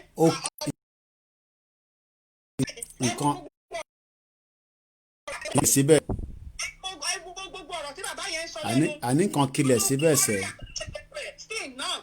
bàbá lẹ́dí yẹn tún sọ fún wọn ó ní pé ẹjọ́ nítorí Ọlọ́run gbogbo ìbéèrè tẹ bá mọ̀ pé ẹ fẹ́ béèrè báyìí o ẹ máa béèrè lọ́wọ́ bàbá yẹn dẹ̀ ń sọ fún wọn ó lóun wà fún yín ó ní gbogbo nǹkan tẹ bá fẹ́ béèrè ó ní ẹ máa béèrè lọ́wọ́ òun. yàrá à ń sọ fún wọn pé kò ní sọ pé tí bàbá lọ tọ́kẹ́ tí wọ́n máa pè òun kẹ́ tí wọ́n máa béèrè tó yẹ ká béèrè lọ́wọ́ òun ṣe mọ̀ pé nínú àwọn màlè yẹn náà wọ́n tún bàbá yẹn lọ tán wọ́n tún wá ń pe dára wọ́n tún wá ń sọ pé kìnìún kan tó bó ti yẹ kó rí nìyẹn nǹkan tó ń pè ní àbòsí nìyẹn àbòsí ló ń dà wá láàmú àbòsí wa ti pọ̀ jù. àgbọ́yé màmá. àbòsí wa ti pọ̀ jù tí òde yẹ kó rí bẹ́yẹn. àgbọ́yé. kò yẹ kó rí bẹ́ẹ̀ rárá àtọ̀. àgbọ́yé. ìjà yìí kì í ṣèjà ẹnìkan ìjà gbogbo wa ni ó lè dáa fún gbogbo wa ni tó bá dáa fún wa ìbọ̀tá ni ẹ̀ta nìkan kò sẹ́nìkan téèyàn máa pè àjọ máa jọ̀rọ̀ ẹ̀ ní. kí ni pọ́blẹ́mù ta ni kí ló ń bá wa jà kí ló ń bá wa jà níbo náà ti ṣépè fún wọn. ẹ̀ẹ́dẹ̀ ronú yín kẹ́ ẹ pọ̀dọ̀ fún ẹ̀ kẹ́ ẹ pàrọ̀ ní yín kẹ́ ẹ pọ̀dọ̀ fún ẹ̀ kẹ́ ẹ wo ibi tí bàtà fi ń ta yín ibi tí bàtà fi ń ta yín lẹ́sẹ̀ kẹ́ ẹ wo bẹ̀ bára ṣe ń ta mí lèmi ṣe ń sọ̀rọ̀ torí ara ń ta èmi ni ara ń ta èmi ni pé bí ìlú yẹn ṣe wà yẹ kò dùn mẹ́mi nínú bí ìlú yẹn ṣe wà yẹ inú mi ò dùn rárá àtọ̀ ìlú tó sàn fún wàrà fún oyin ìlú ọlọ́lá ìlú olóyin tẹ̀dẹ̀ wá sọ di aṣálẹ̀ ní gbogbo yín kẹ̀ wá dorí kodò kẹ̀ wá ń wò ṣé bó ṣe yẹ kó rí nìyẹn ẹ lọ pààrọ̀ inú yín kẹ̀ gbogbo bílíọ̀nù tí ò fọ́ sàn bí